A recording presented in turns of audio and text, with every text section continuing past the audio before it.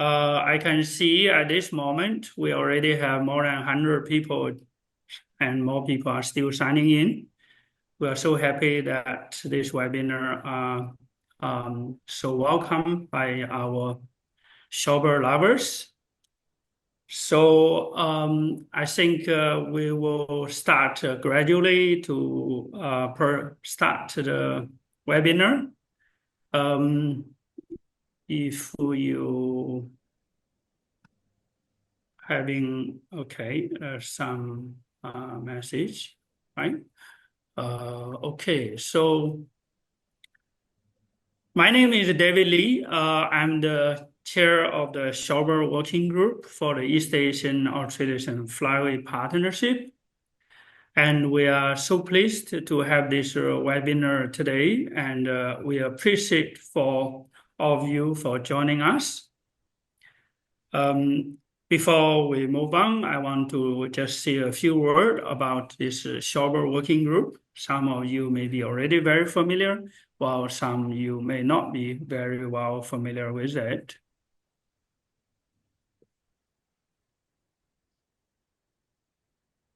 Okay, the Shorebird Working Group was firstly established in 1998 at that time by Westland International. And the first meeting was held in Shanghai in March 1998.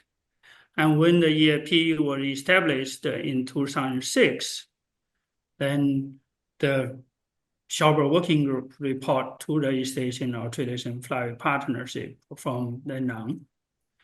And in the early days, the activities was mainly focused on survey in the Yellow Sea and also training programs. So we had quite a few, experts on the flyway being the leader for the working group. This include, Mr. Mark Butter, Dr. Lu Yang, and Mr. Ken Gospel, and Dr. Rick Lantot. So I became the chair in 2023. So just want to share some of the, recent meetings and some of the, discussions. In March 2023, we had a meeting in Brisbane, and the meeting agreed to set up a core team for the Shorebird Working Group, and also agreed to hold online webinars to focus on conservation issues. So in August 2023, we had a first online meeting, and the meeting endorsed the Shorebird Working Group terms of reference and a work plan 2023 to 2025. And the meeting also endorsed to set up a subgroup under the Shorebird Working Group for the Northern's greensand conservation. In October 2024 in Beijing, and we have the latest progress updated to the members. For example, we held a EAF Shorebird Conservation Forum, and we are planning to develop a Northern greensand single species action plan, and we also discussed the webinars to be held in the future. So as of 31st August 2023, we had 6 webinars. So these issues covering from Shorebird color flagging, Northern greensand conservation, Feist and curlew recovery effort, Downey interest conservation group, Shorebird monitoring webinar, and Asian Dodger conservation webinar jointly with Spoonbill Sandpiper in China. So today is, So today we'll have the 7th webinar on Shorebird feeding ecology, but we will also look into future webinars on these following topics. So we want to have a webinar on best Shorebird tagging practice. We want to have webinars on Shorebird monitoring and status update. And we want to have webinars on capacity building for Shorebird conservation. And we also look into webinars on collaborative migration ecology study along the EF. And we may also have further webinars on color flagging protocol update. So if you have good ideas or future webinars want to be conducted, or you want to lead a webinar, please reach out to us so we can plan this together. So without further ado, we will bring out today's agenda for the 7th EFP Shorebird Working Group webinar on shorebird feeding ecology. So today's webinar will have 5 speakers sharing on shorebird feeding studies they did from breeding ground to migratory path and to the wintering ground. So we have speakers with Professor Tunis Prisma, the top shorebird scientist in the world. And we have Dr. Rick Lento, U.S. Fish Wildlife Service in dedicated life on shorebird study. And we also have a few young scientists, Dr. Hebo Peng study benthics in China, and Dr. Yang Hongyan study also in China. And today he will be talking about focus on spoonbill sandpiper. And also we have a young researcher from Singapore, Ms. Clarice Still, her work in Singapore. So as we talk, I think Professor Piersma probably still trying to driving on the way to reach to Broome Bird Observatory to be able to access the internet there. So if okay, thank you for mute yourself. So okay, so I think he's still on the way and probably not reaching to the station yet. So therefore, we will probably let Professor Piersma talk at the last. So it's very good if you can, continue hold on with this 2-hour session, so you can eventually hear from Professor Piersma himself. So with this regard, we will not delay the webinar since we already have 163 people online. What an amazing number, which we will never expect this will be happening. Thanks a lot for all your interest. So I think I will now invite Dr. Rick Lento to join us as the first speaker. So I will stop sharing screen so that Dr. Lento can actually share his screen so we can start the webinar. Dr. Lento, please. Can you start sharing your screen?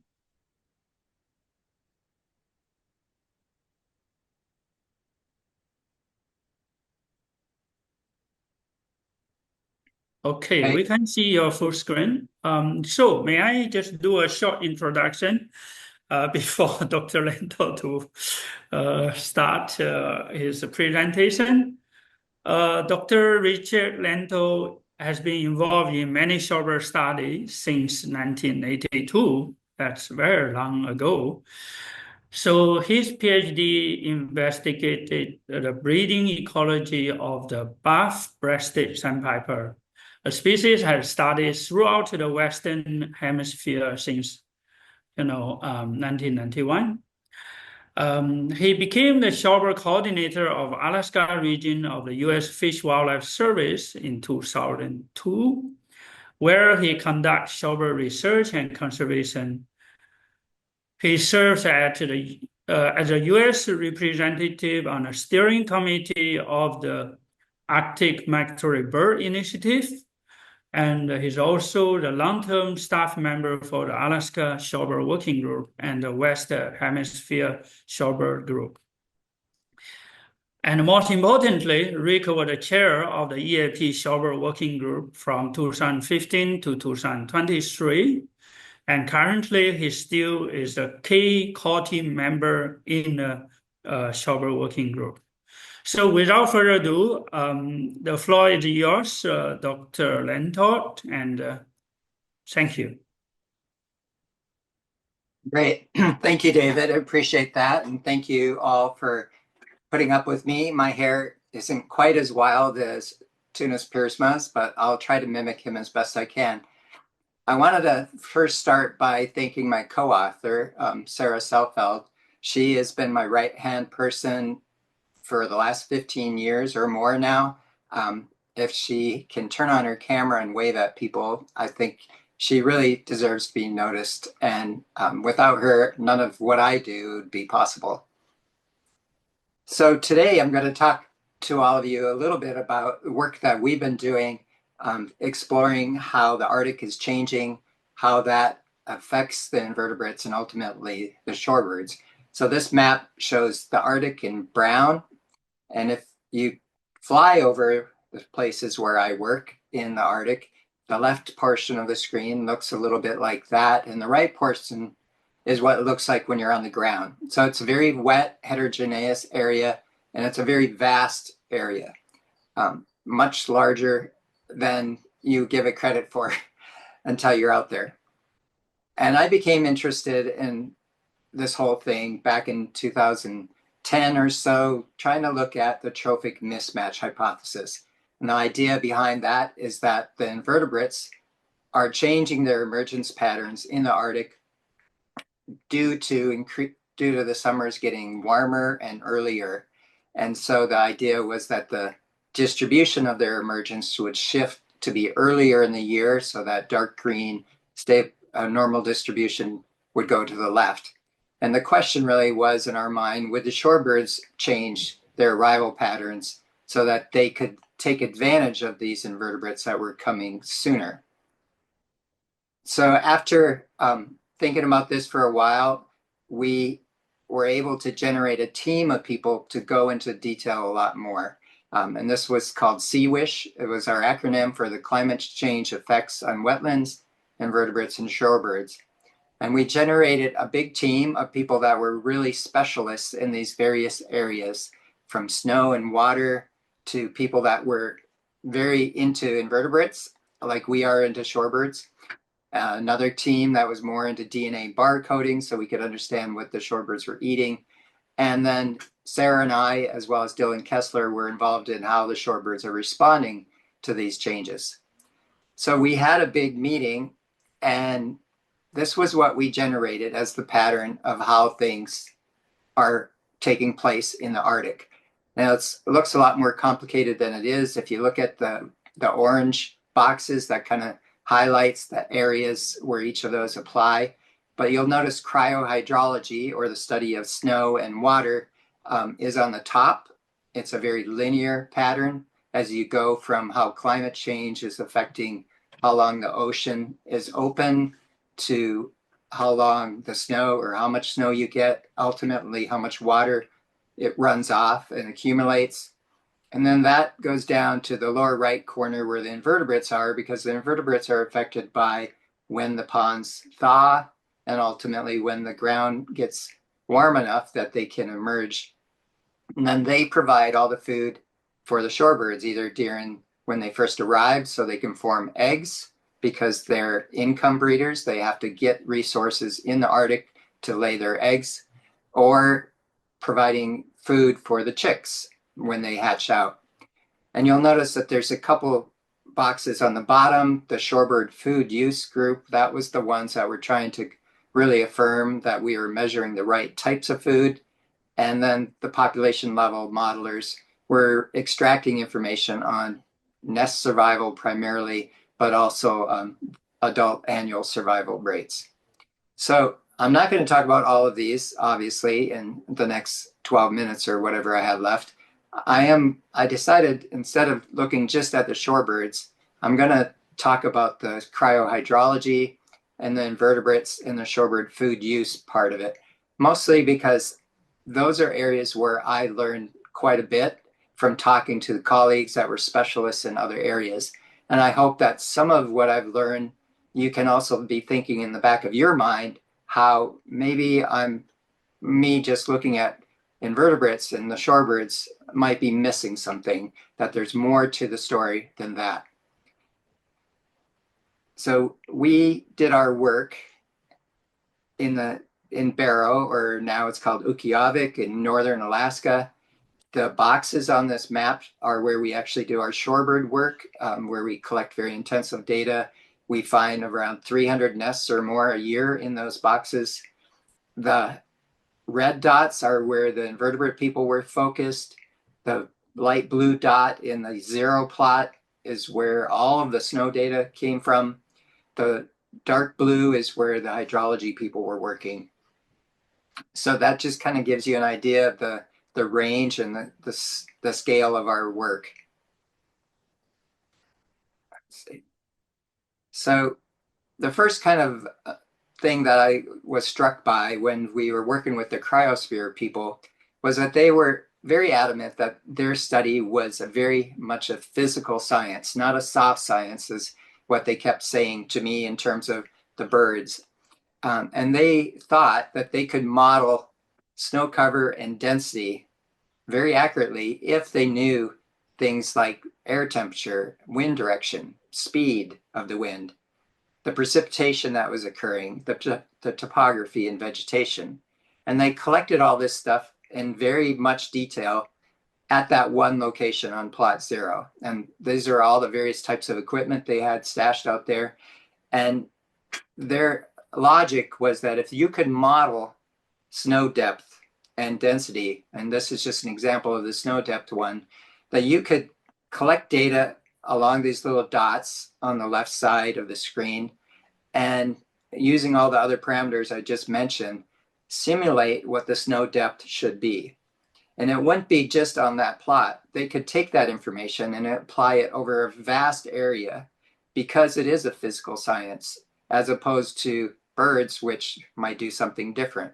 And it always struck me that I would say, well, don't you need another plot of data just to see what's going on?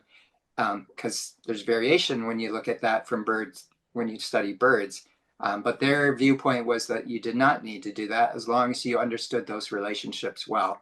And so that is important because snow is a big driver in how much water you ultimately get on the landscape. That leads me to the water portion of it, which is the hydrology. They as well collected data on a very small number of ponds, as well as some of the troughs that connect the ponds. So the little spider web looking stuff, those are water areas that are connecting ponds to one another. And what they were able to do is do very intensive work on each of those ponds, and many others actually, and collect information like snow depth and the percent of area that's covered in snow, and water discharge, and pond depth, and pond sediment water interface temperature.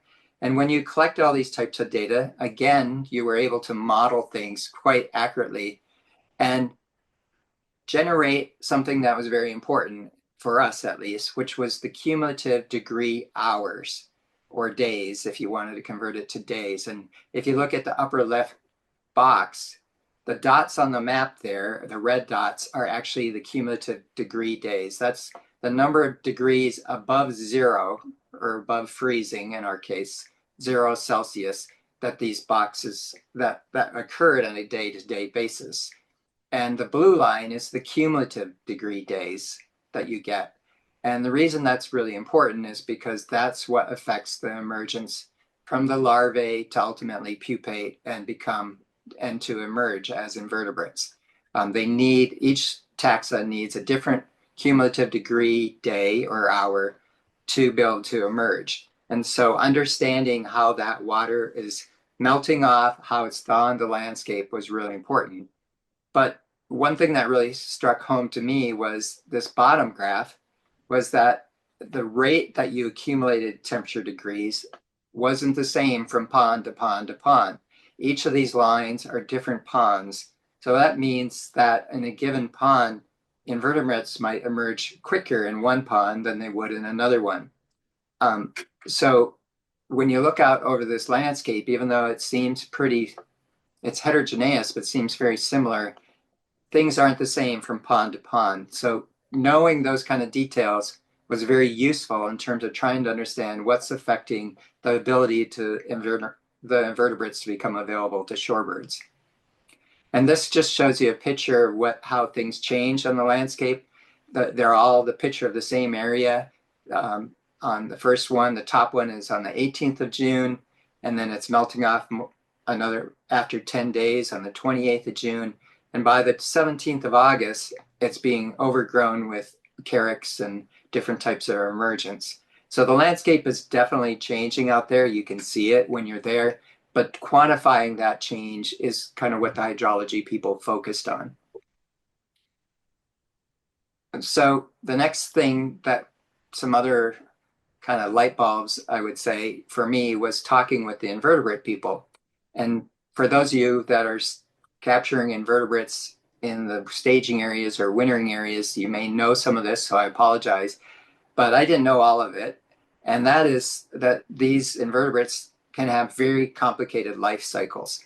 And the life cycle shown at the bottom right there shows as you go from eggs to instars to mixed ages of larval stages to mature larvae, ultimately to a pupa and to an adult before it emerges and then goes and lays more eggs.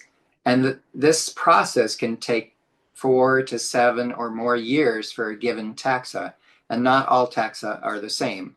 So that means that on the 7th year, you could have a big pulse of adults coming out on a particular taxa, but then you're going to have to wait 7 more years for that group to come out. And so that means, again, that the food that's available to shorebirds can really vary depending upon the taxa that are out on the landscape there. The other thing is that they're emerging at different times, which is controlled by that cumulative degree days. And the upper left corner is trying to show that these are all different distributions of emergence for different types of taxa. The dotted line is the total midge emergence if you added all of those together. So you might get this little peak, a nice normal distribution, but in reality, it's made up of all these smaller peaks. And shorebirds could preferentially use one type of taxa over another. And that's something we don't know very much about, frankly. We also found, or they found, that they emerge in a very short period of time. And that is usually between 4 to 8 days or so if you go across all the ponds. So there's a big pulse that comes out, and that's why it's really critical that the chicks are hatching right before that pulse comes out so that they have food available. But at one point, people were arguing, well, the summers in the Arctic are getting warmer, but they're staying warmer for longer periods. And people suspected that, well, wouldn't that help the chicks, that there would be more food for them because it's staying warmer? Well, in reality, once they emerge, they're not coming out again until the following year. So even though it stays warm, that doesn't help them. And again, that was something that seems obvious in retrospect, but at the time it wasn't too obvious for me. They were also able to show that the invertebrates are emerging sooner, which we thought they would be, but they actually were able to document it between 8 to 10 days sooner between the 1970s and 2010. And then a very interesting thing that they did was that they collected larvae, invertebrate larvae from the tundra, brought them into the lab, put them under different water baths of different temperatures, and we're able to show very convincingly that at warmer temperatures, which is what we predict will happen in the Arctic, the invertebrates will come out not only sooner, but they'll come out smaller than they would otherwise. So these smaller invertebrates are going to be less of a quality of food for shorebirds in the future. So that brings me to what do shorebirds eat? And a lot of the work that we know about that, a lot of information comes from the late 1959 to 63, when Dick Holmes and Frank Patelka collected a lot of birds there, study skins, but in the process were able to look at stomach contents and document very clearly what was in the stomachs. And so this is kind of just a quick diagram of what they found. I'm not going to go into all the details, but just to suffice it to say, I mean, they shot a lot of birds and a lot of chicks as well to be able to document what they eat. But for anybody who's done a stomach content analysis, you know that there's issues with it. You tend to identify items that are harder, like critters that have hard shells that you can actually see what they are.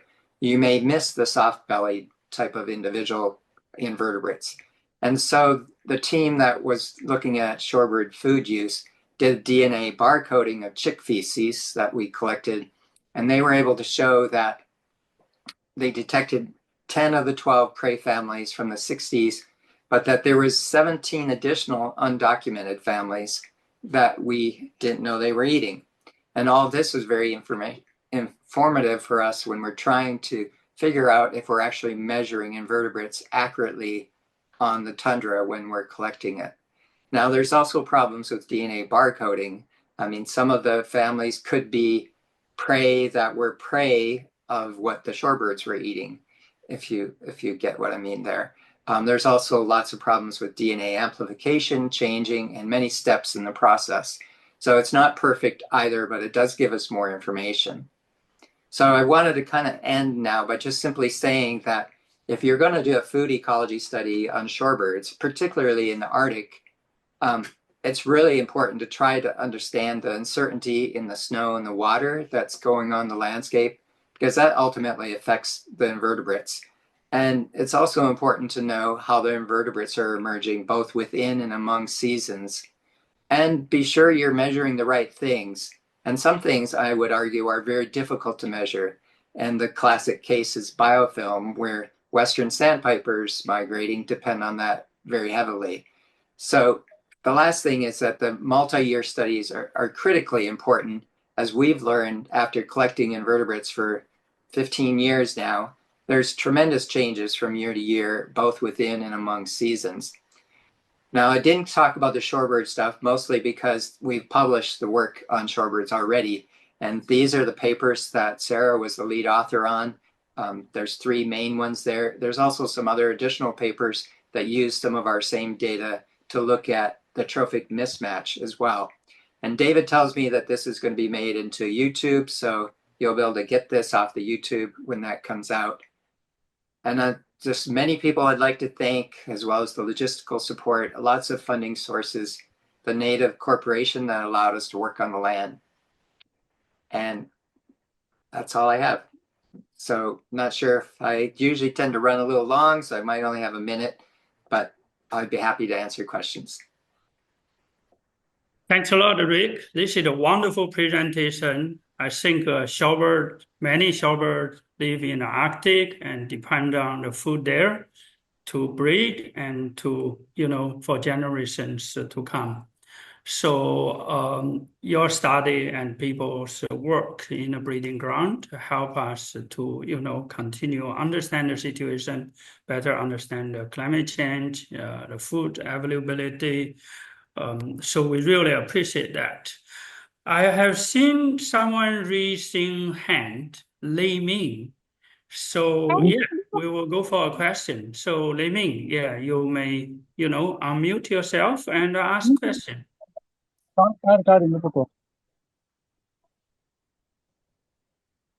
Hello. Hello. Yes, you may speak. Is this Lei Ming?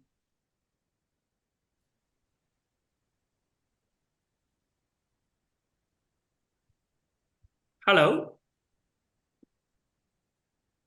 Okay, assume actually there's some connection issue. So any others want to, raise hand, ask a question? Ted, okay, my colleague told me Ted had a question. Ted, would you like to unmute yourself? Thanks a lot. First of all, wonderful talk, Rick. So interesting to learn about the complexity of studying shorebird feeding ecology in the Arctic. Is so much more that we need to learn from what you've been doing. And I look forward to the presentation being shared after this. I had a question which wasn't really related to the to the Arctic, but that's why I posed it in the chat. And that was, what do we understand about the importance of biofilm in the East Asian Australasian flyway for shorebirds? I mean, I've understood that it's important for Western sandpipers, particularly along the west coast of the Americas, but how widespread is our understanding of their importance in the rest of the flyways? Thanks. That's a great question, but I'm not sure I can answer it. I know more about what's going on in the Western Hemisphere. There are evidence that biofilm can occur in many other places, not just in Vancouver, where all the work was done on the Western sandpipers. And I would wager that you'd probably find some evidence of that as well in the East Asian flyway. But I don't know. Maybe there's an expert in the audience that does foraging ecology that would be able to answer that. Yeah, it's fine. Maybe there's other speaker later on can answer, or if not, any audience would like to text Tej to, respond to the chat for everyone's information. That would be great. I see a relevant comment to Rick from Liz Gold. Liz Gold. Sorry for my poor pronunciation. Are you seeing any consequence of the 10 days earlier invertebrate emergence on chick development? Yeah, that was some of the questions that we were trying to address, and they are addressed in Sarah's papers. So if you want to look at those, but just quickly, what we were able to show was that there was a mismatch in many cases between when chicks were ultimately hatched and how much food was available to them. And there were years when there was not enough food available at all for any brood because they were so mismatched. And then there were some years where 100% of the chicks were able to be matched and be able to eat at an average rate, which we found to be 15 milligrams of food or 15 milligrams of invertebrates in our traps per day. But the chicks that didn't have enough food or were below that 15 milligram rate, we were curious to know, well, what if they're just growing slower?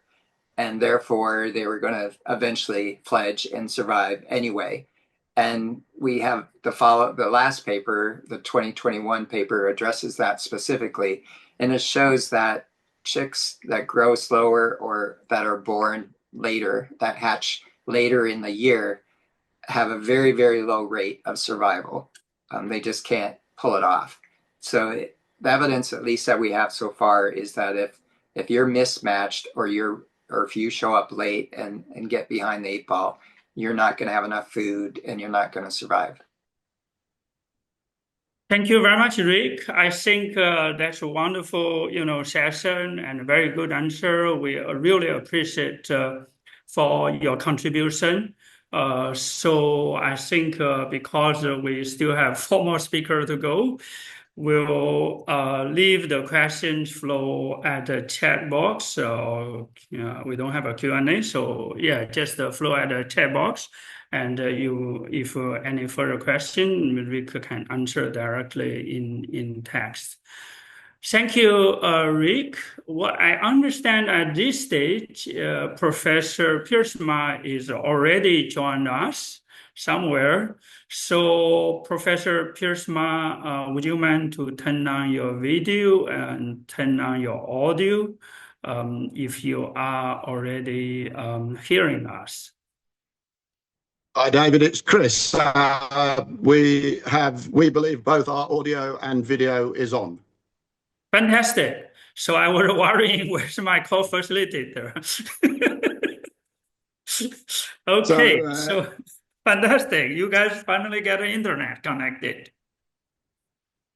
Well, we got the internet connected here at the Bird Observatory, so I've driven 75 kilometres to end up back where I started, which is a little bit annoying, but shall I introduce Turnus and let him get on with his talk? Yeah, definitely. So I will not take further time. I will leave now to my co-facilitator Chris chairing the session for Professor Piersma. I just want to tell you, Chris is, very many years experience of shorebird conservation himself, catching countless number of shorebird in Australia. And very importantly, he's one of the key core team member of the East Asian Australasian Flyway Shorebird Working Group. Thanks a lot, Chris, for help to grab Professor Piersma, and the floor is yours. Everybody, or good morning if you're in other parts of the world, or good evening. Professor Turnus Piersma is actually a man who needs no introduction, but I've been asked to introduce him, so let's see how this goes. I've had the privilege of knowing Turnus for some 29 years now. He has been a friend all this time, and he was also my boss for 18 years. He was a very distant boss. Not that he wasn't close to me personally, but that he was in the Netherlands and I was in Broome. So for some of you, you'll realise that's a match made in heaven when your boss is 10,000 kilometres away. So Turnus has been studying shorebirds longer than some of you online today have been alive. He started his first fieldwork on shorebirds in 1976. Turnus is dripping in awards. I can see him sitting here. I hope you won't be embarrassed because he's sitting right next to me. But he really is. He's dripping in awards. But the one he's most proud of is the most recent one that he received. And that was a knighthood from Mauritania. His 45 years of continued study in Mauritania has been recognised by the Mauritanian government, and he was awarded a knighthood. Very few people gain knighthoods in their own countries, let alone in countries that they don't live in or they're not a citizen of. So that should show you the degree in which he is held, the high regard in which he is held. Turnus is a big thinker. If I was to say to Turnus, I think A, B, and C about migration, he would look at me very seriously and go, yes, Chris, but what about D to Z? He would rattle off 23 scenarios and information that I wouldn't have even dreamed of. So he's a big thinker. And he's a dreamer too. I just said about dreams. He's a dreamer. And therein lies the secrets to his achievements, his skill, and indeed his charm. So over to Professor Piersma. Well, thank you very much, Chris. I'm no longer the boss, but at least I'm close now. So that's perfect. So let me try to share my talk with you. Here we go. Is that visible? Yes, you may turn on a full screen mode by clicking the... Oh, okay, the full screen move. Okay. Yes, yes. There we go. Okay. Fantastic. Well, first of all, it's of course an incredible privilege to talk to this audience in what I would regard from home as the Far East. Lots of friends all over the place, and it's great to connect with you and have the chance to talk to you about bentos with the emphasis on Broome. Now, as I was compiling this talk, I went to a more a more serious or a professional or not understandable title for my talk on deep time, shallow time, evolutionary arms races, and the enigma of two knots in Northwest Australia. So that's a lot of words, and I hope that in the course of the next 20 minutes I make clear what I mean with that.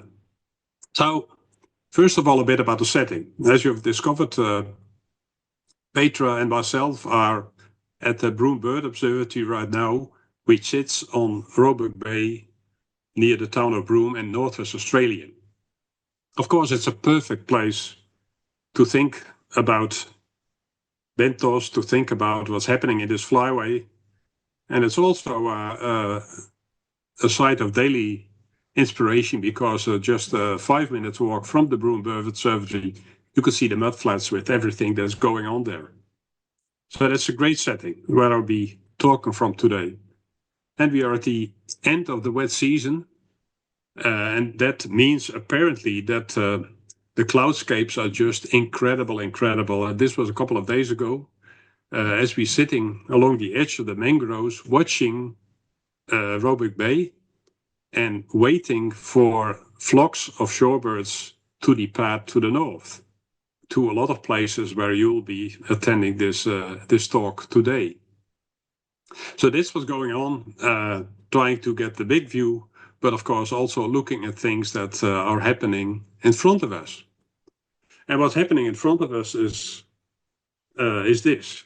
So this is a flock of red knots and great knots, my favorite species, without doubt, foraging in front of us in the evening light and raising questions. So let's put these red knots in context now. This is a world map of red knots prepared by Jessica Conklin, who is also in the audience. I hope he is in New Zealand right now, and the arrow indicates Broome. And this is a place where there is actually 2 subspecies of red knot occurring, which is a privilege in itself. But there, if you look at this map, there's more that strikes the eye, apart from all the fact that most coasts of the world have 1 or 2 subspecies of red knot. And that is that this particular area, and Broome sits on the margin of this area, actually is a place where there are no coastal non-breeding red knots. And the question is, why are there no coastal non-breeding red knots around the Indian Ocean, with the exception of Northwest Australia? And that's the question that I like to address in this talk. And as always, as most things, it has to do with food, of course. So as we are doing the evening watch, trying to find departing flocks, are we still... So there's an indication here that it doesn't move anymore. Is it okay, David? David, is the... There's a big delay. Yeah, there's a big delay. It's working so fine, as we are watching... Tunis. Sorry? It's working fine, Tunis. Okay, good. Then I'll continue. Then it's a local problem here. As we are watching the evening flocks, we... as I said, we are looking at red knots, but we sometimes also see other birds. And this is one of the birds that for a couple of evenings was actually walking into view. And some people might recognize it's a beach stone curlew or a beach thickney, which is watching us. And here the same bird is walking away. And it's a very, very odd shorebird, for sure. If only for its very big bill. A very, very special shorebird just walking in front of us. And it's a very interesting shorebird too, because this big bill, of course, is something that it uses for something, usually for feeding. And actually, here it's feeding on a mantis shrimp, and I would call that a very fierce creature. That's not an easy prey to behold. And in fact, it used this big bill also to conquer very big crabs of the kinds that you have in this area. Now, for perspective, we go to the other side of the Indian Ocean. We go to Bar al-Hikman in Oman. So the other side of the Indian Ocean. And there is fierce creatures too, like this Calinectus, a blue crab. And actually this blue crab is trying to avoid the attention of this shorebird, the crab plover, which is actually feels a little bit threatened by the crab plover, but eventually this crab plover will take the upper hand because they are masters in finding and fighting and then eating these very, very big crabs. And as you know, crab plovers have the same thing that beach stone curlews have, a very, very big, stout bill. And sometimes you can see the scars of the crabs on this particular bill. Now, actually, I think the fact that we find these two very special species of shorebird in this region may have something to do with the fact that there's no coastal non-breeding red knots in the Indian Ocean. So let's blow it up a little bit.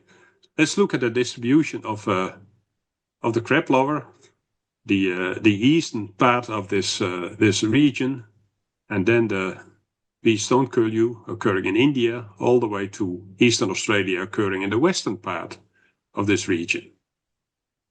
And the answer to the question as why there are no red knots may relate to the presence of these two subspecies. And I'll develop that story on the basis of the work of a very special scientist called Gerard van Meij. He was born a Dutchman and then migrated with his parents to the United States in order to be able to get the best education because he was more or less born blind, and he was fully blind from 6 years onwards. So he was trained in the United States, became a professor at Yale and later at the University of Davis, where he is now an emeritus prof, and he is in good shape. We had an interaction last week over the email, and Gerard van Meij developed a big view on what is happening in the world in general, but in this part of the world especially. So in general, he says marine mollusks, that's what we talk about here, have evolved defense mechanism under the continuous selective pressure of cell-destroying predators like crabs and fish. That's the first point. And this process has been going on for a long, long time. From the mid-Cretaceous onwards, 120 million years ago, mollusks strengthened their shell armor by increasing shell thickness, by developing spines and ribs. And at the same time, the predators of mollusks, the crabs and the fishes, became better cell crushers, peelers, drillers, and or splitters. So there's this evolutionary arms race between the prey and the predators. And this has been going on for a long, long time, especially in the Indian Ocean and the West Pacific area. Almost for 120 million years. Now I will go and take a sidestep, because actually on the shore of Roebuck Bay, which is only a couple of 100 meters from the Shorebird Observatory, you find the traces of the dinosaur footprints just a little bit above the intertidal. And this is the current warden of the Shorebird Observatory, Sebastian Jones, who is also a geologist and paleontologist, and just yesterday gave us a fantastic introduction to what we see here. You see these puddles in the rock, and every circular puddle is a footstep of a sauropod that were walking here about 120 billion years ago. But this was a coastal area also, and these huge beasts, 25,000 kilos apparently, left their traces in the mud in very impressive way. It's all very believable. And since that time, crabs and mollusks, bivalves and snails have been fighting with each other, trying to avoid the attention or being predator of them. So we are here. And then just to explain Gerard van Meij's thinking a little bit more, in most ocean basins, of course, there is an arms race between the predators and the prey. But in most ocean basins, this is an intermittent thing that is interrupted by ice ages or drying up or something. And it's in the Indo-West Pacific, the area that we talk about here, that the arms race has been most continuous. It's not interrupted by ice age. And there, this whole arms race has run to the full. And what it means, that you have very armored crabs and fishes, which I'm not talking about, and very armored bivalves as well. So again, in the Indo-West Pacific is the area where the evolutionary arms race has been long and especially intense. So this is the place where the mollusks have the hardest to crush shell, according to Van Meij, and crabs and fishes have the strongest claws and the strongest beaks and the highest shell crushing ability. But then, recently, only a few million years ago, the molluscivore shorebirds like red knots and great knots, they came on the sea. And the work of Jesse Conklin suggests that the Rogers eye and Pierceman eye red knots, the two subspecies that we find right now here, have become subspecies only as recently as 15,000 years ago. So we have a very old phenomenon combined with a very new phenomenon. So back to the Indo-West Pacific, the area with the highest marine biodiversity, the area with crab lovers and with beach techniques, with these enormous bills. And if you go around most of these coasts here, you will find no molluscivore shorebirds. In fact, you will find crab eaters, small crab eaters like the pteric sandpipers, or larger crab eaters like curlew or wimbrel. You have the plovers, there is the tattlers, and in fact, most of the species you see are focusing on crabs. And then there's just one exceptional place, here, Roebuck Bay and Atimol Beach in Northwest Australia, which has molluscivore shorebirds. So the question is, why do they occur here? What is going on? And can we also explain why they don't occur in most of the places around the Indian Ocean, including Oman? And in order to show you some measurements that are relevant to this, I have to explain a little bit of the probing red knots that you can see here. Asking the question, is the absence of great and red knots across most of the Indo-Pacific due to bivalve food in these places being too defended? Are they competed out by crabs? So, red knots, this is one in winter plumage. They usually take bivalves, and bivalves, as they grow, they go deeper in the sediment. So here is a plot of shell length on depth. The point is here that only some bivalves are suitable.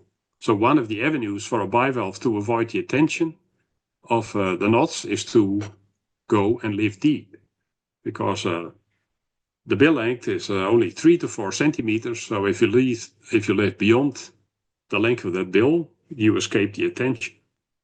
And this means that the fraction that sits deeper than 3 to 4 centimeters is safe for predation by red knots. Well, they ingest the shells in their entirety. So they ingest them whole. And this means that there's a maximum size that they can ingest. So there's also some bivalves that are too large. And the other thing is they are crushed in a gizzard. And the gizzard of red knots are rather enormous. It's the same kind of size as the gizzard of a much larger oyster catcher, which eats soft prey because it removes the meat from the shell. But in the red knot case, they ingest the whole shell and then crush it in the gizzard. So you can also imagine there is a limit to what can be crushed in that gizzard. So if the shells are too hard, knots can't crush it. Now, Roland Bon and a whole group of authors have compared the Indian Ocean, Baral Hickman, where you can speak of a long arms race, with the west coast of Africa, Bangladesh, Mauritania, where we can speak about the short arms race. So defended clams are predicted in the Indian Ocean, and undefended clams are predicted in the Atlantic Ocean. And in fact, that is exactly what we see if we compare different traits of these bivalves. We looked at two families of bivalve, the lucinids and the venerids. It goes too far to explain those two, but the patterns are very clear. In Oman, compared to Mauritania, most bivalves of the two families live too deep. Most of the bivalves are simply beyond reach. And this is not necessarily a function of the attention of the knots. It could be a function of the attention of the crabs. They are also too big, most bivalves in Oman. And in Bangladesh, they are perfectly available. And then we measured the force that is necessary to crush the shell. You can mimic what's going on at a gizzard. And many bivalves of the two families are too strong shells to crush in the mussel gizzard in Oman, but they are all perfectly crushable in Bagdargeng. So this means that the idea of Vermeij is worked out. But what about Northwest Australia? How does that compare? Because after all, we have all these great and red knots here. Well, what you can say is that in Northwest Australia, we have an enormous number of species, and there's many thin-shelled bivalve species among them. And we also done some measurements on the depth of living, and some of them are well within the reach of the bill of the great knot. So, sure enough, there is food here, which we haven't quantified to the extent that we did that in Mauritania and Oman. But we do know a lot about this food. That was why I could say what I said, on the basis of a long history of benthic exploits, monitoring the benthos near the BBO, but also mapping the benthos in Roebuck Bay and the foreshore of 18 Mile Beach. Well, that means going on the mudflats, take samples, bringing them back in the laboratory, and then coping with this enormous biodiversity, because Roebuck Bay is the richest known mudflat in the world. We are very proud of that fact, but of course this puts us in a challenge. This is the moment that the shells are sorted deep into the evening to then be processed in the laboratory that is still alive. This is a picture of 2 days ago, the Pearson Laboratory at the Broome Bird Observatory, where the taxonomic specialists are bringing all the species to names.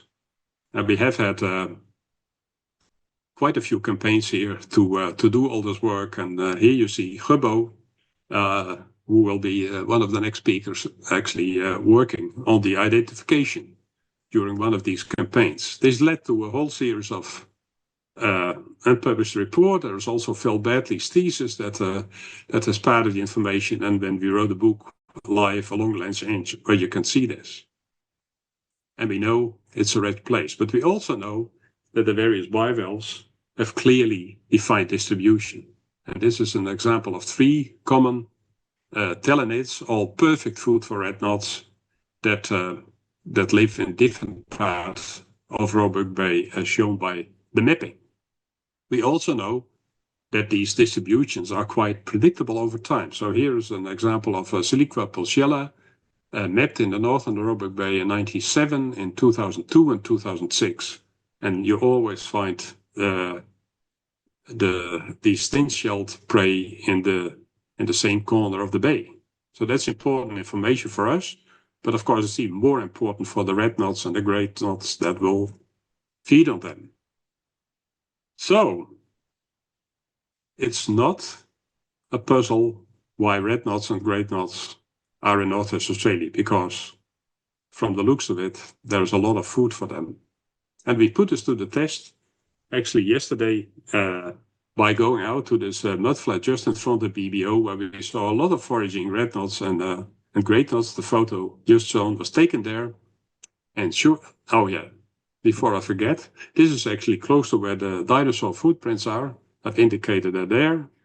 And sure enough, there was all kinds of bivalve food that we took into the laboratory, including the very small ones that are superfood for red knots and great knots.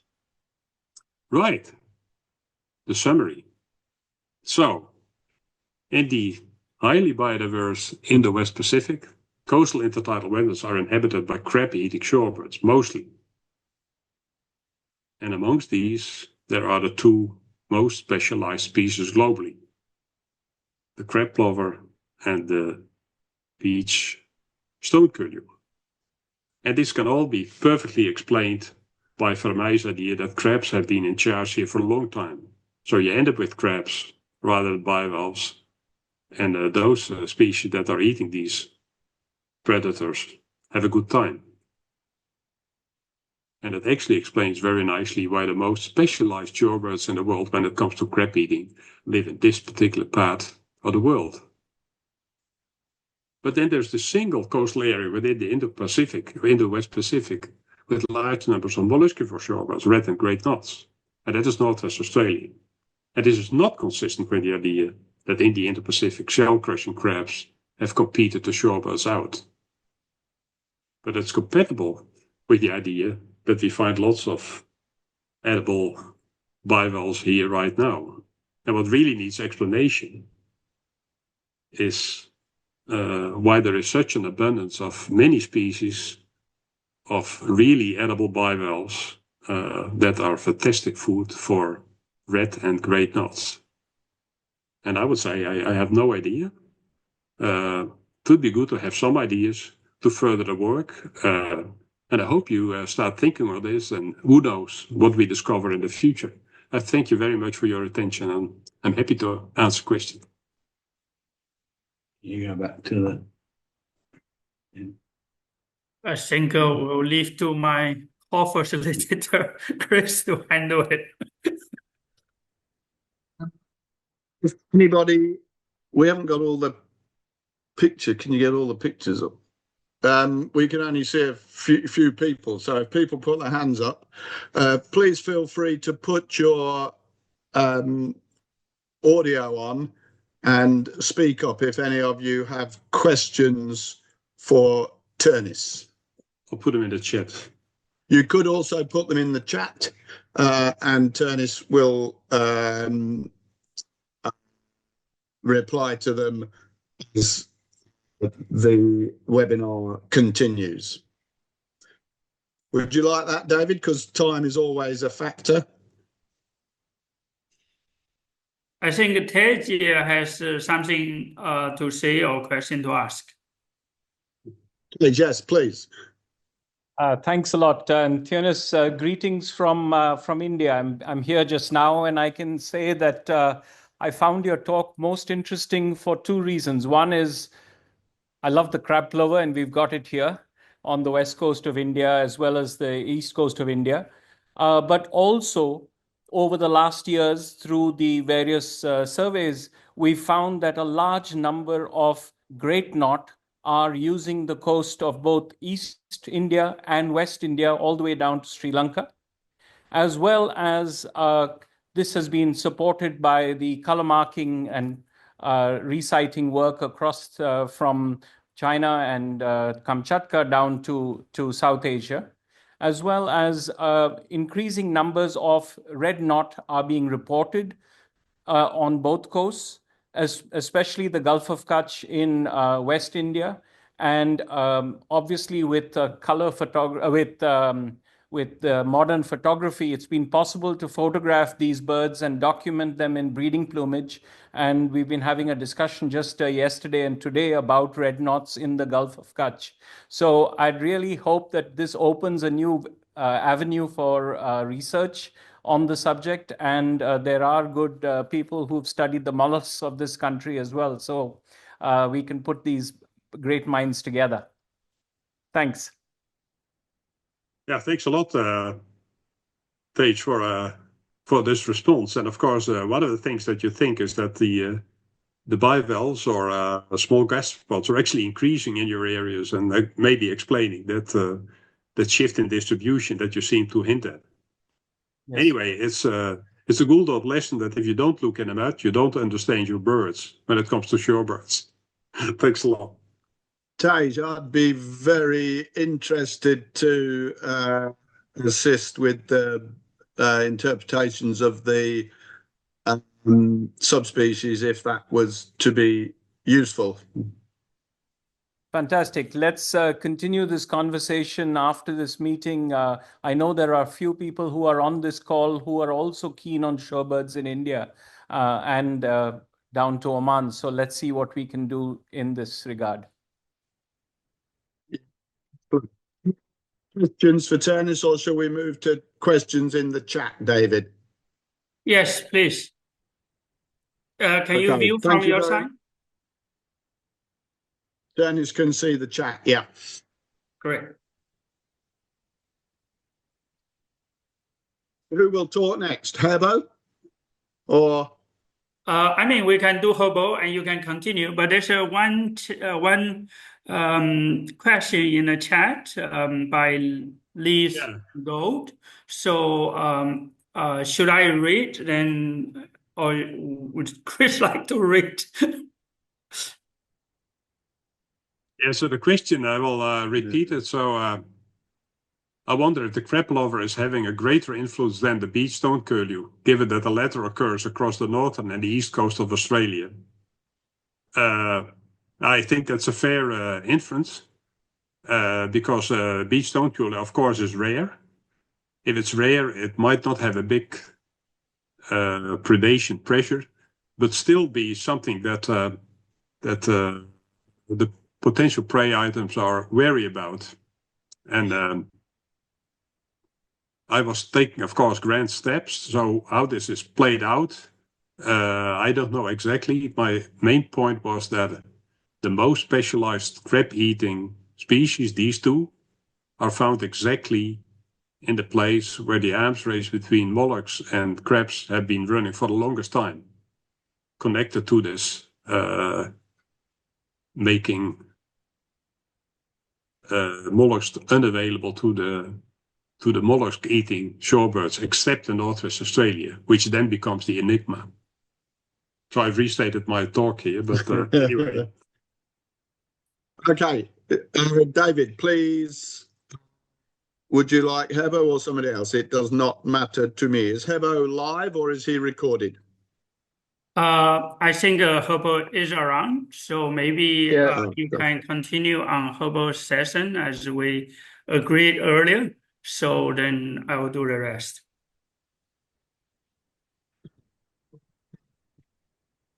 If you would like to get your talk ready.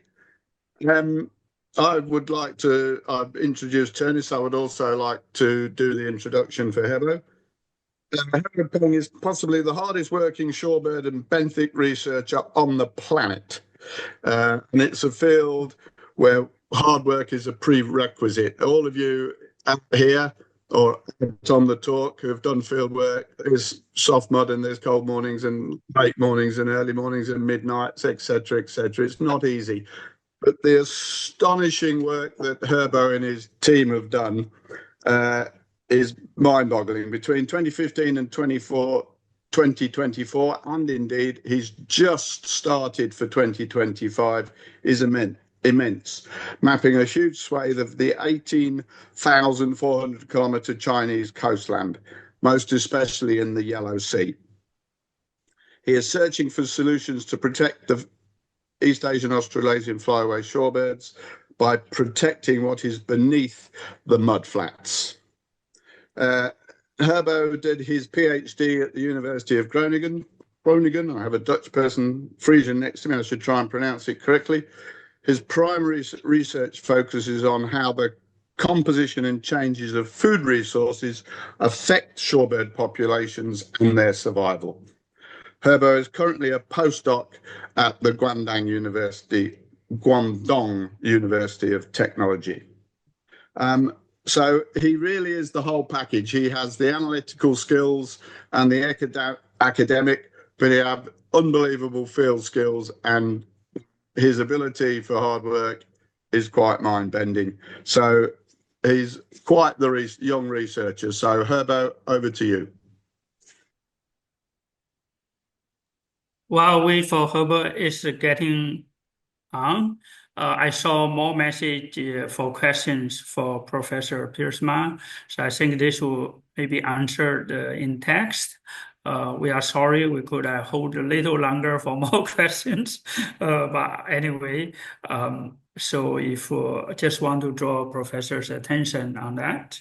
Herbert, are you around? Yes. Okay, Yes, great. I'm here. Fantastic. Okay, I will share my screen. Yeah. Okay, it works. Oh, good. Silence means good. Sometimes we will just delay the response because we are muted. Okay, yeah. Yeah, I didn't realize that's such a big meeting. So yeah, a little bit messy for me. I just came back from the mud flight. So yeah. Hello everyone. I'm Herbal Peng from Guangdong University of Technology and also Bird Eyes. Today I want to share with you a study about China's entitled mollusks agriculture sustains the world's most threatened shorebird flyway. Yes, that's our Eastern Asian flyway. So yeah, it all started back in 2011 at the Yalujiang. As a student, I joined Dr. Jimmy Choi and Professor Ma's team to start shorebirds. I was shocked when I seen thousands of shorebirds foraging and flying around me. And the small, yeah, this is me surrounded by thousands of shorebirds. However, after 2012, I never saw such big numbers again at Yalujiang. And the birds, the food of the shorebirds declined dramatically in 2013. From here to here is with the key species like green knot and butter godwit, their food declined more than 90%. So that's a big news. I thought lots of people heard about that in 2018. So what about the other habitat for the shorebirds in our flyway? I mean, in everywhere.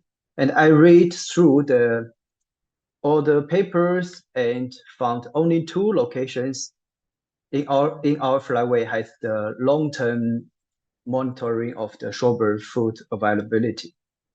One example, this is monitored by Nikki Young. She will talk later, and another one is monitored by Jimmy Choi, and in Yalujiang. Both these 2 sites are critical stopover sites in the Yellow Sea. Most of, as you know, the Yellow Sea area is the most important staging area for the shorebirds in our flyway. But our understanding of the food availability for shorebirds across the flyway remains very limited. We only have 2 sites have the long-term data about the food availability. So yeah, that's a big pity. And in the same time, the population size in the wintering ground, they decline a lot rapidly. And also the survival rate also declined rapidly. And we thought lots of people, we thought actually that's the truth. The reclamation of the entitled mudflight was the most important the main threat for the shorebirds in the Yellow Sea and also for the whole flyway. And in past 60 decades, 60 years, we lost more than half of the entitled mudflight in the Yellow Sea area. However, when we look at it, the changes in the China's coast entitled mudflight, and we find the land reclamation activities stopped in 2015. And after that, the size of the entitled mudflight increased a little bit. This is not from the single database. It's from more than 3 database. All this shows the size change like this. So if not the reclamation, then what happened? For me, the food is the base for the shorebirds, for the animals, also for survival and for the migration. So I will think about this, or maybe something happened for the food for the food. So with few studies on the shorebird food conditions along in our flyway, I decided to take matters into my own hand. Starting on the 2050, we conducted a large-scale study focus on the Yellow Sea and also other important coast area in China, as introduced by Chris just now. And we connected samples from dozens to hundreds of stations at each stop site. We not only just connect one or two samples, we connect lots of samples at each stop site. So that's how we access the food condition at each site. And we found almost all the entitled mudflies are either used or have been used for shellfish agriculture in China. You see here, the people receive the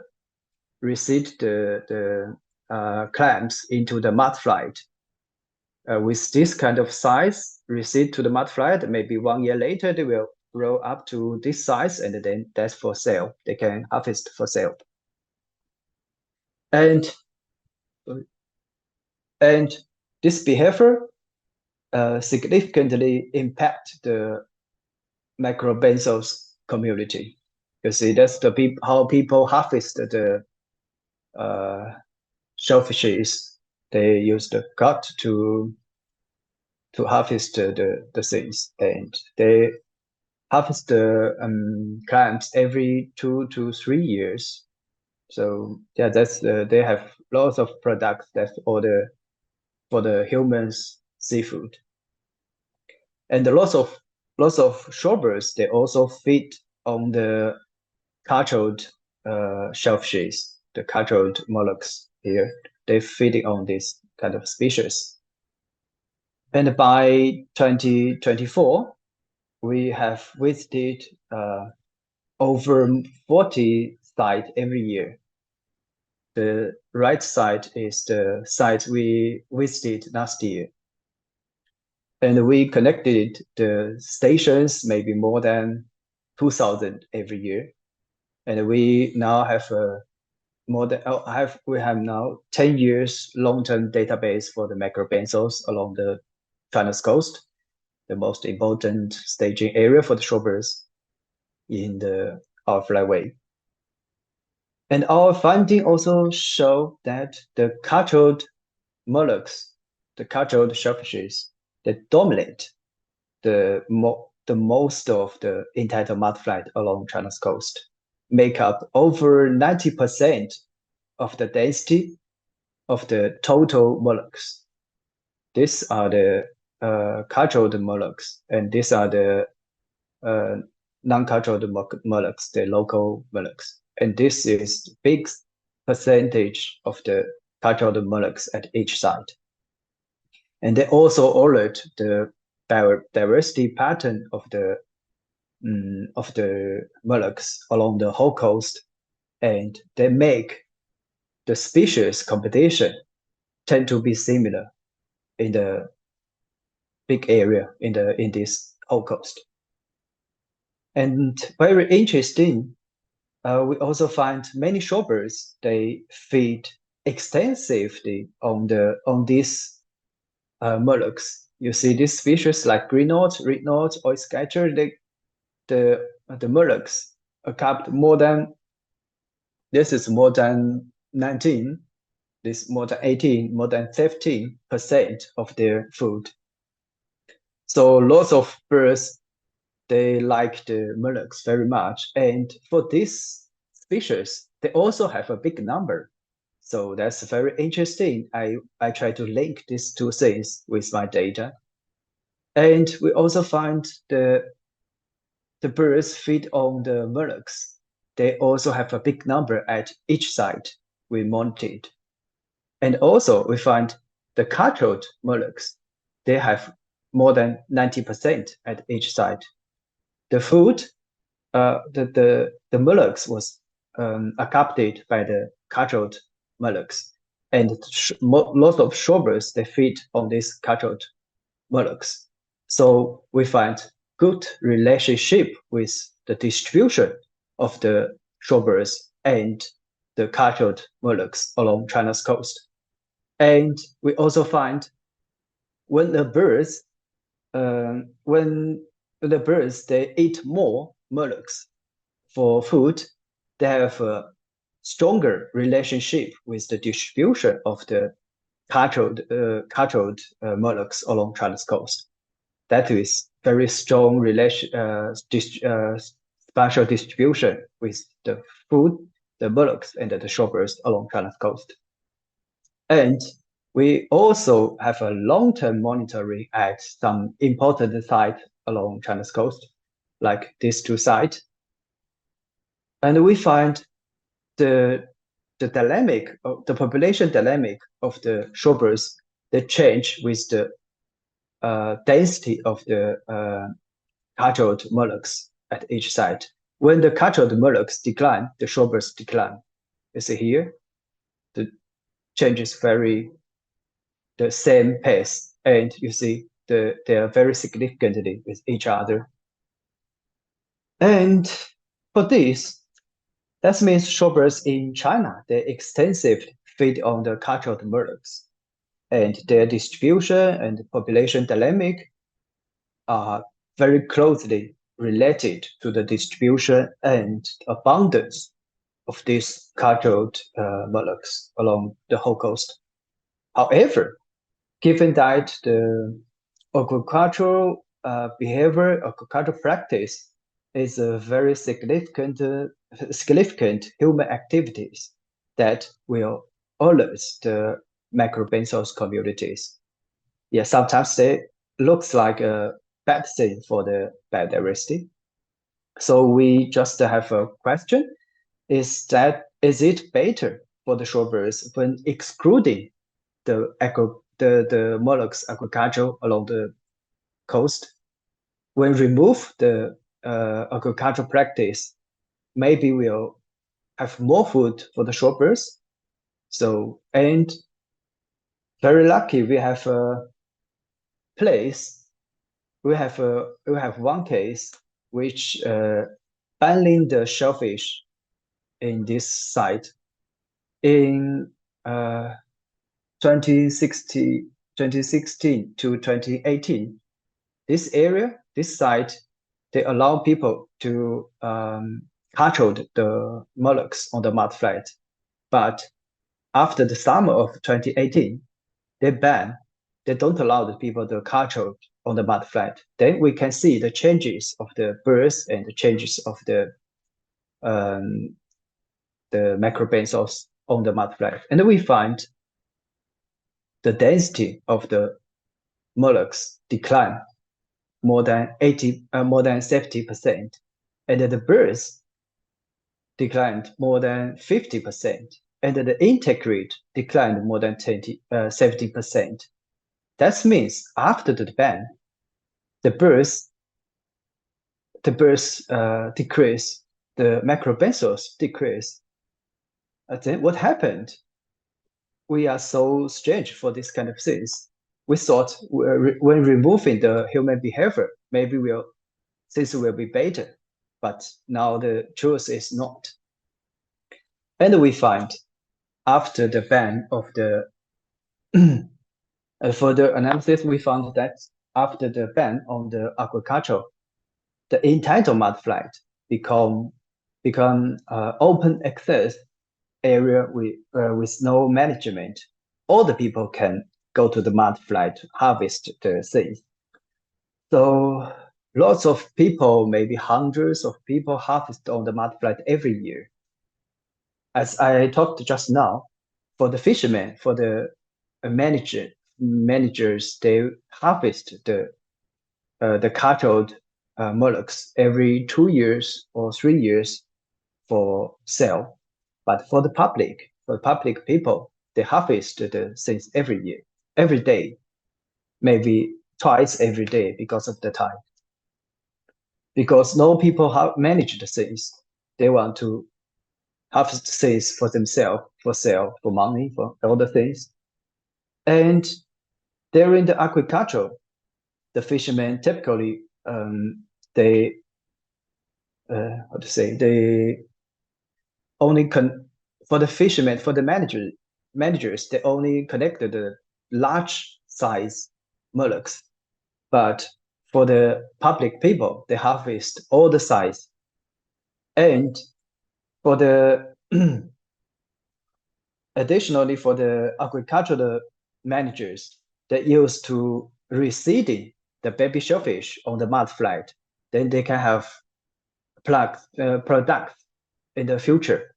But for the public, no people reseed because if you reseed, other people will harvest your reseed seeds. So that's bad.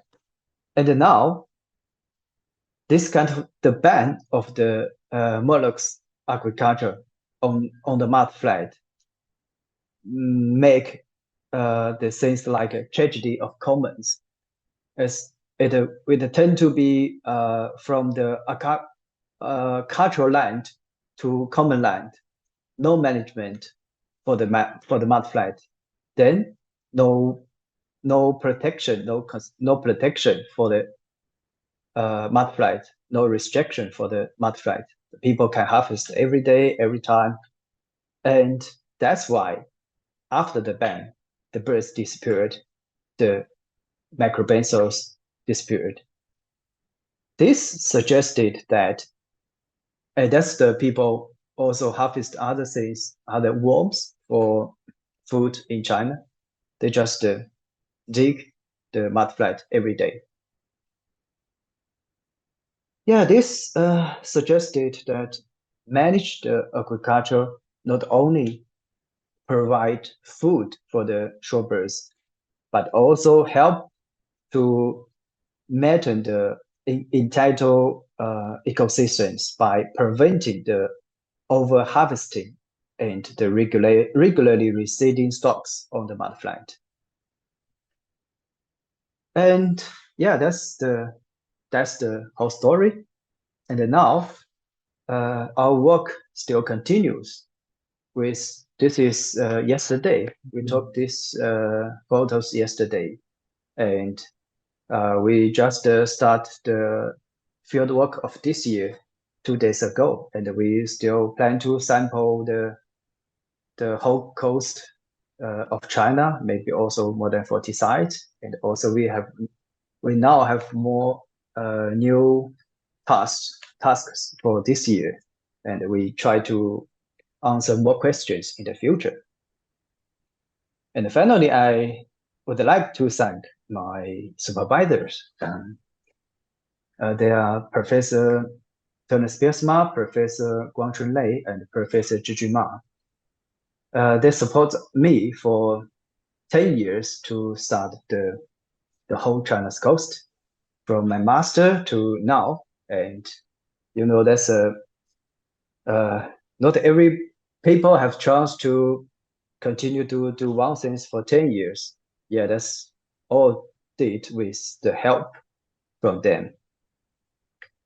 And also I thank some support from my supporters is Jimmy Choi, Dave Melby, Ginny Chen, Zhong Mu, and Lei Ming, and Shou Dong, and Zhen Chang. And also lots of volunteers and founders in these years.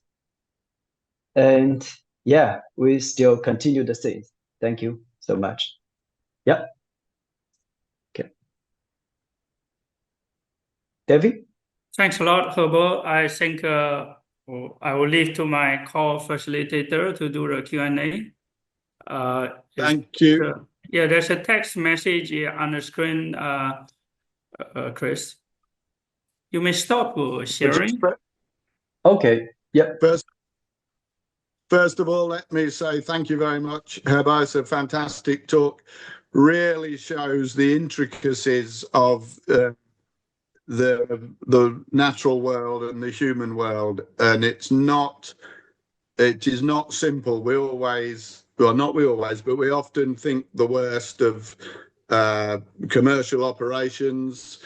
Here in Northwest Australia, cattle are generally thought of as bad, but cattle are absolutely brilliant for Oriental Pratt and Cole and Oriental Plover. So there's always a lot of subtle variations, and that was a great talk to highlight those. So thank you very much. Thank you. Yeah, any questions to come? There is Jason. one in the chat box, or two. Okay, so Jason, hi Jason. To you, Herbo, great presentation and great to see you. Do you know if the cultured mollusks compete with the commercial mollusks on the mudflat? Meaning, will the non-commercial mollusks need time to recover back to higher populations after the cultured mollusks are removed? Yes, they compete with each other. And of course, the human will help the cultured mollusks to win because they have more products. And of course, the non-commercial mollusks, they need time to recover, maybe 10 years more, maybe more. But the public people, they didn't leave the time for the local mollusks species to recover because they will harvest after ban. Yeah. So no management, no people to management 1,800, yeah, 18,400 kilometers long coast. No people have ability to manage the whole things. So maybe fishermen is a better choice than the public people. Yeah. Yeah, indeed. Thank you. Yeah. We're just getting all sorts of messages here. So Rick Langto has a question. Yeah. How did you determine how much each shorebird species used the mollusks? Okay, thank you, Richard. That's a good question. And yeah, that's very complex question because, you know, for me, I studied on three main species. One is great knot, one is buttergoweed, and one is red knot. And we feel the behavior of the shorebirds at each site we visited. You see, we have more than 10 people. So we have some people sample the macrobenzos, some people sample the field, the videos of the foraging behavior, and also some people sample for us, for others. That's how we determine the food composition, but we only have study on three species. For other species in our flyaway, we just review the articles from other studies. Yeah. And now this year, Okay. and now this year we try to use the eDNA to link the food and the birds along the whole coast. Yeah. I hope we can success. Yeah. Thank you. David, if we'll let Hebo answer questions in the chat, and we'll move on as we still have a number of talks to go. Yep.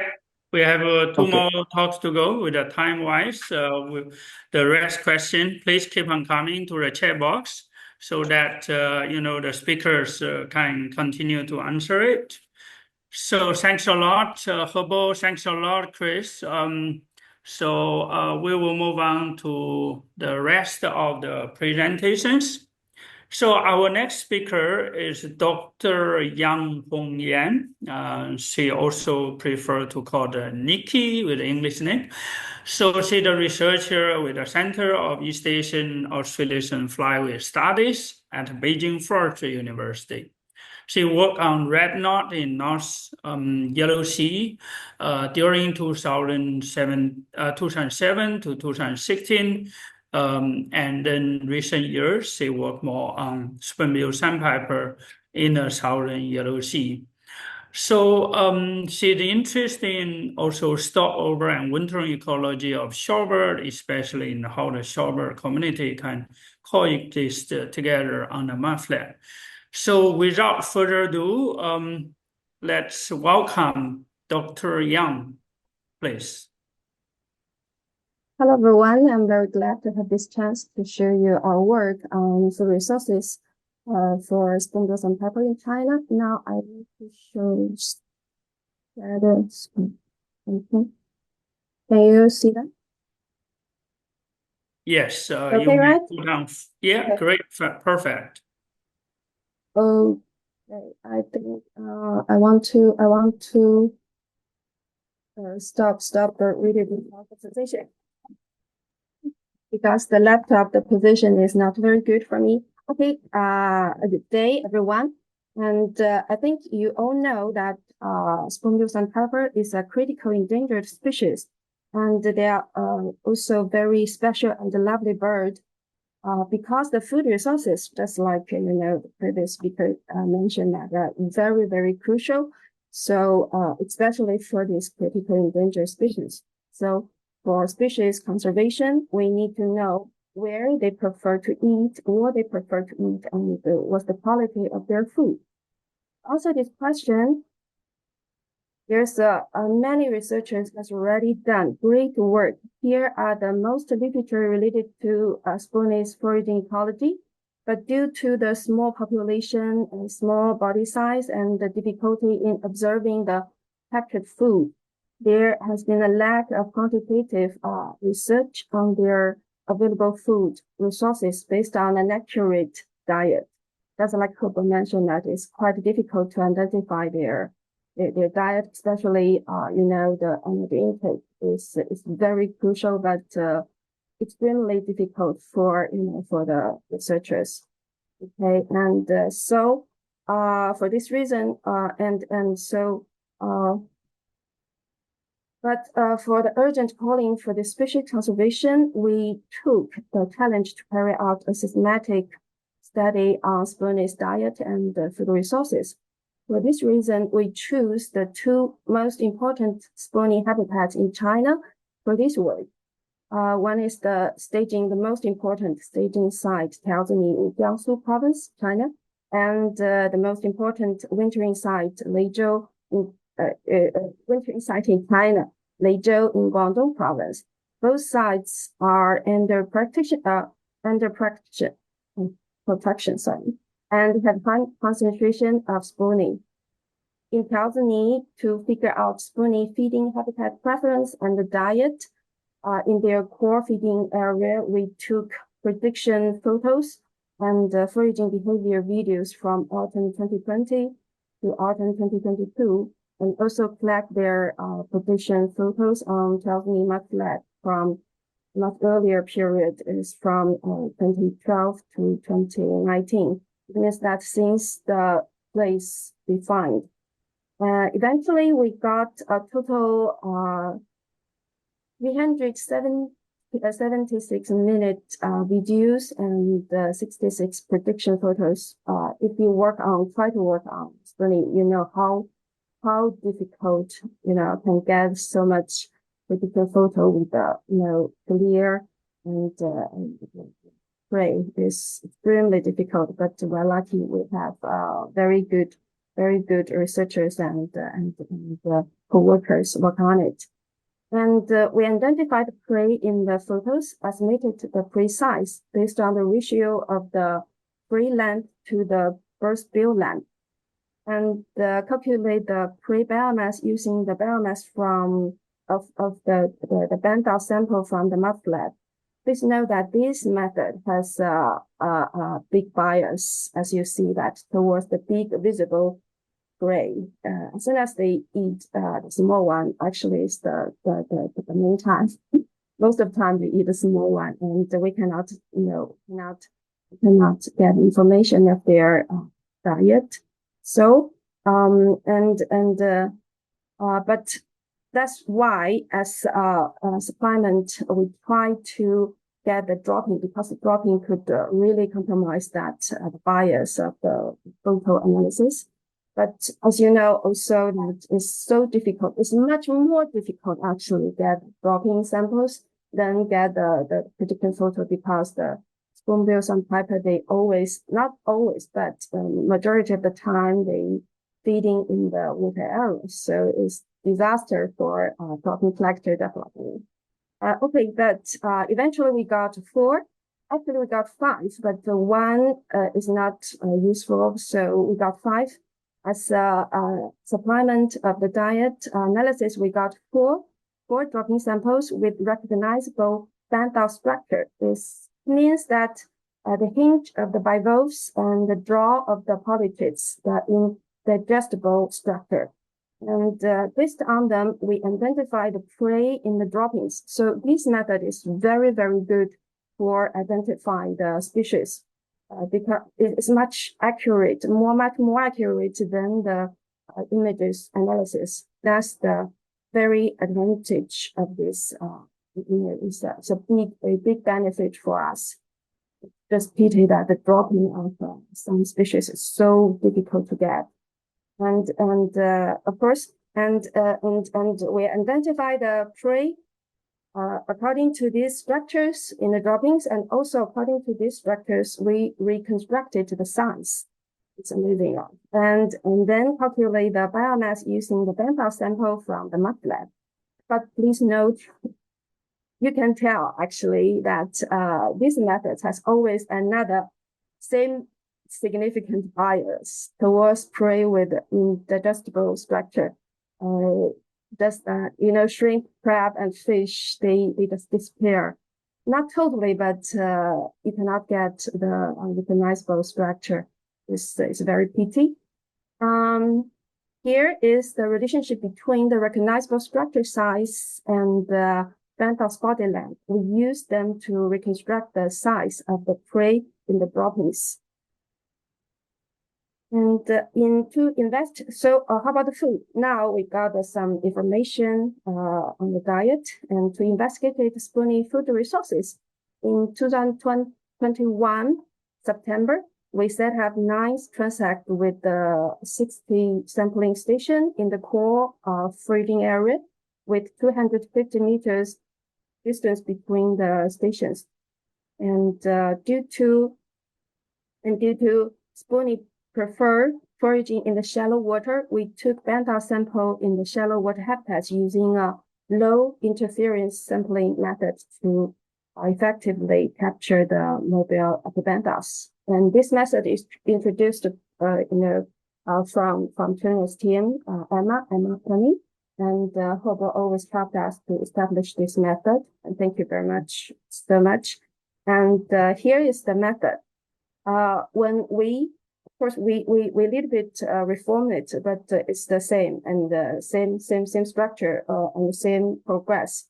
When we reach a distance of 10 meters from the station, we use a 4 meters fishing rod to lift a metal frame up to 2 meters high, then carefully approach the station and quickly buckle the frame onto the mathematical surface as a rival. In this way, we could, the distance turbulence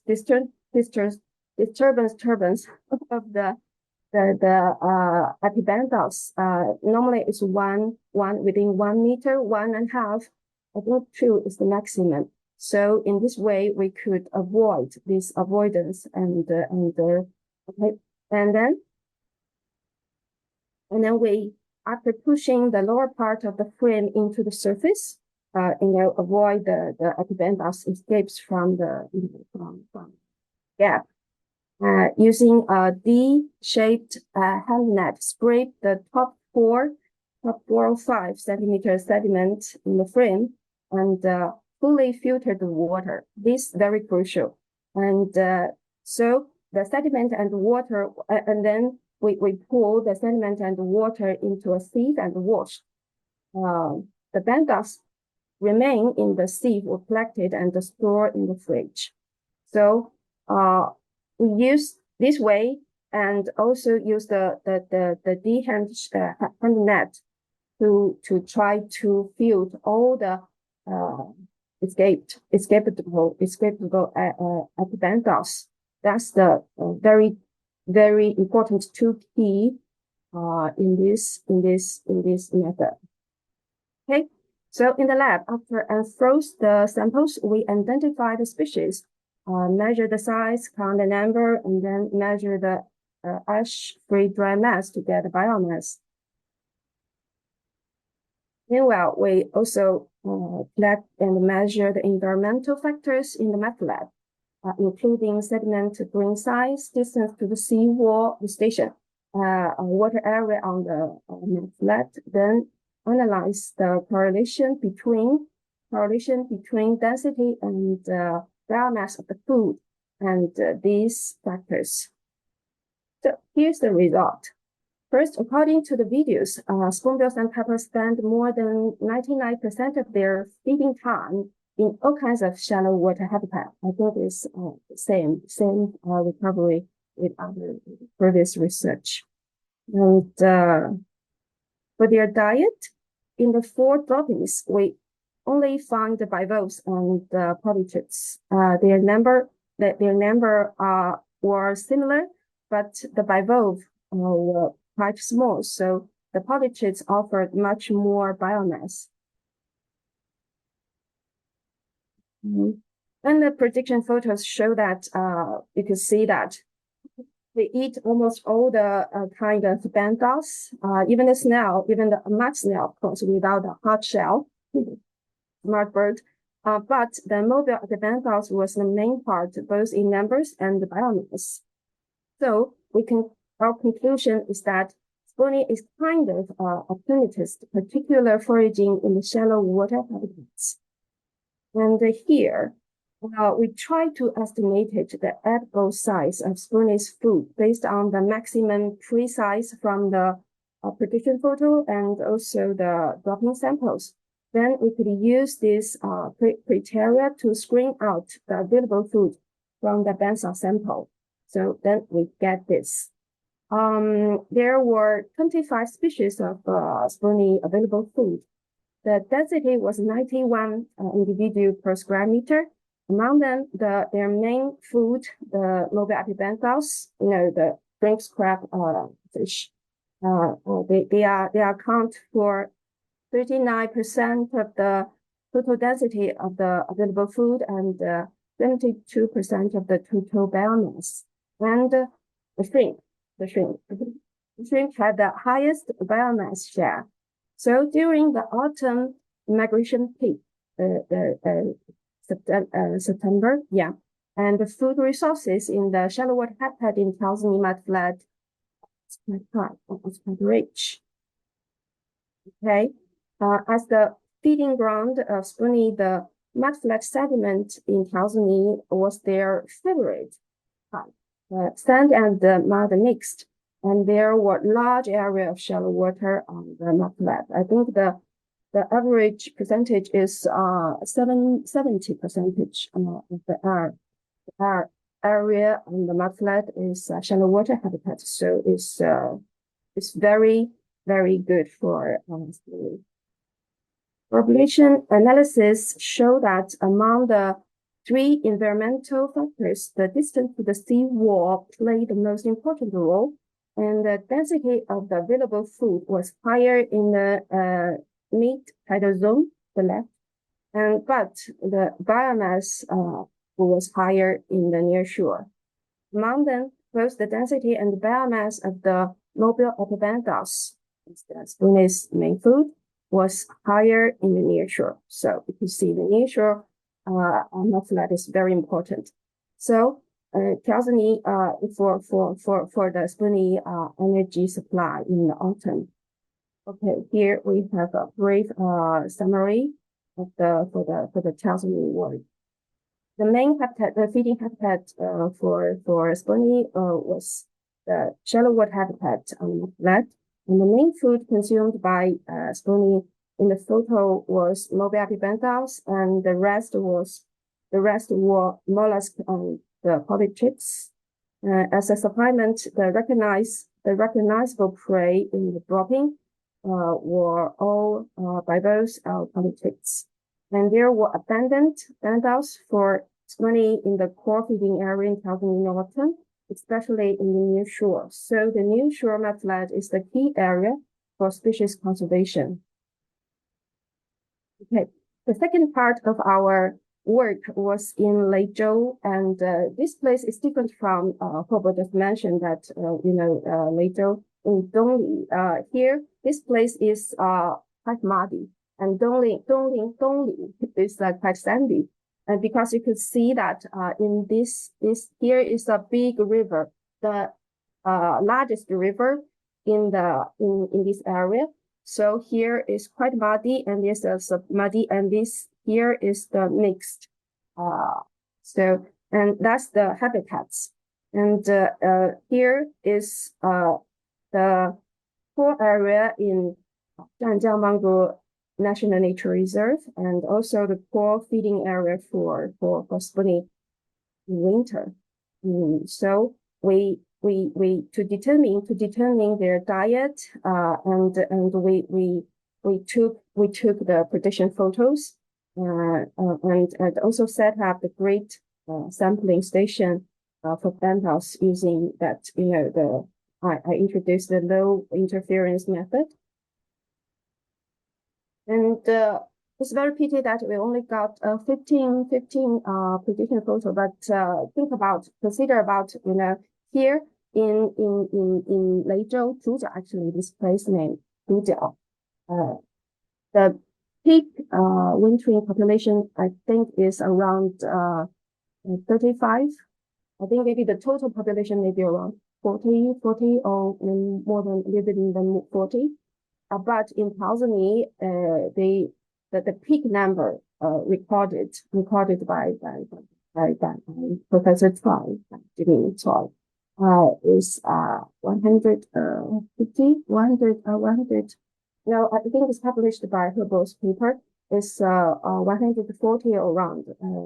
At the moment, it's 40% of the whole spawning population. So you could tell why we only get 15 photos, even though we actually worked quite a lot on 3 years since during 2019 to 2022. Yeah, it's 3 years, right? Okay, and so you could see this all the prey in the prediction photos are all big Mobiapi benthos, and then in the mudflat, the density of the mobile apibenthos was quite high, and it was higher in the near shore. It's similar with the shrimps in Tanzania, mobile apibenthos in Tanzania in autumn, and the sediment in Leizhou in this place in the wintering ground was also mixed sand and mud, just like I mentioned before. And more than half the surface of the tidal flat was covered by shallow water, very good for spawning shallow water habitats. And arthropods in Leizhou Bay was relatively more dense than that in other important wintering sites in South China, when compared with the reference. Of course, the data of the frame or arthropods from the reference is not that comparable because the method is different. And that's very important. And so for the future work, we think continues conducting research on diet, food resources, and the habitat usage of spawning in their important habitats will help to provide data support for their conservation and habitat restoration as well. And another very important work, just like people mentioned, and now more and more researcher work on shorebirds use the DNA barcode, but DNA barcode has a little bit how to say they can offer very much more comprehensive description of the diet, but when you think about consider about the energy integrate, and it can do very few. So we think that in order to provide a more accurate diet, different, especially in terms of the energy integrate, different method need to be combined. because, for example, the images and the protein analysis used in our work for a diet quantification. And of course, DNA barcode analysis is very, very good, another way to help us to discover more diet. So I hope in the future we could use the DNA method. We could do the quantitative work. And another thing I didn't write in this is the Bantha sampling for available food for Spoonie, because you see the result has already shown that they eat all kinds of banthas. Of course, the epibanthas is the majority, but other type of banthas is also very important. So we need to combine the traditional core, the core banthas method and the frame banthas method together, because the core banthas method, just like herbal use and toners use that for many decades, and we could get very accurate the banthas moved up, down, worms and the shellfish bevels, and the frame and could help us to catch more more effectively for the horizontal move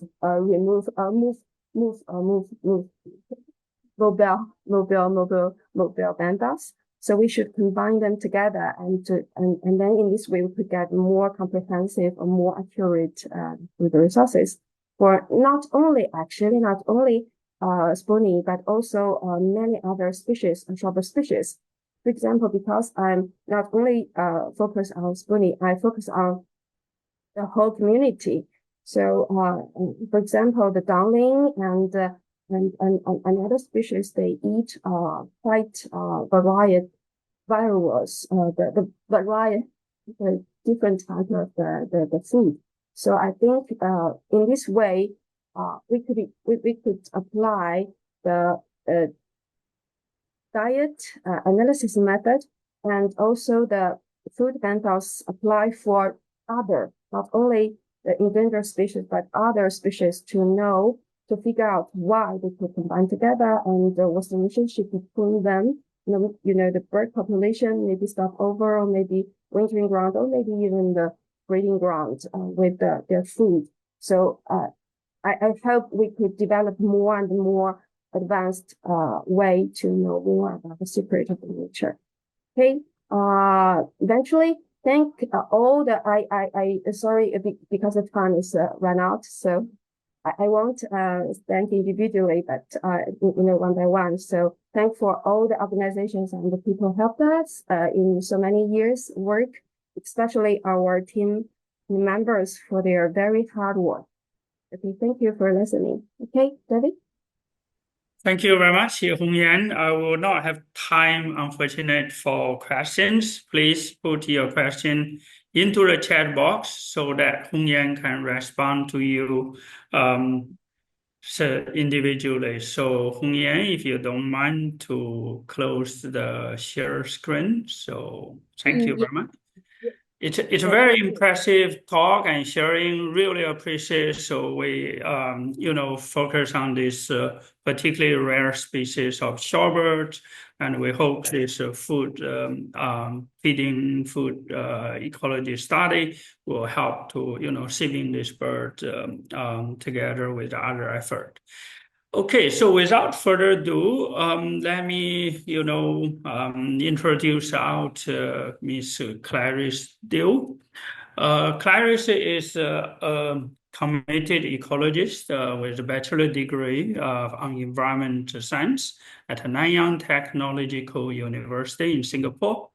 And she, her interest in shorebird led her to, undertake undergraduate research on the foraging ecology of the shorebird in Singapore. Clarice is currently, conservation manager at National Parks Board at Sungai Buloh Wetland Reserve. So my colleague. She's assisting in outreach and shorebird research project at Sungai Buloh. So without further ado, the floor is yours, Clarice. Thanks, David. I will share screen.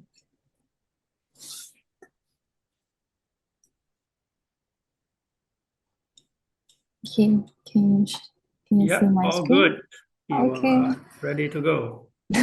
Okay, good afternoon, everyone, and thank you to the working group for arranging and organizing this session.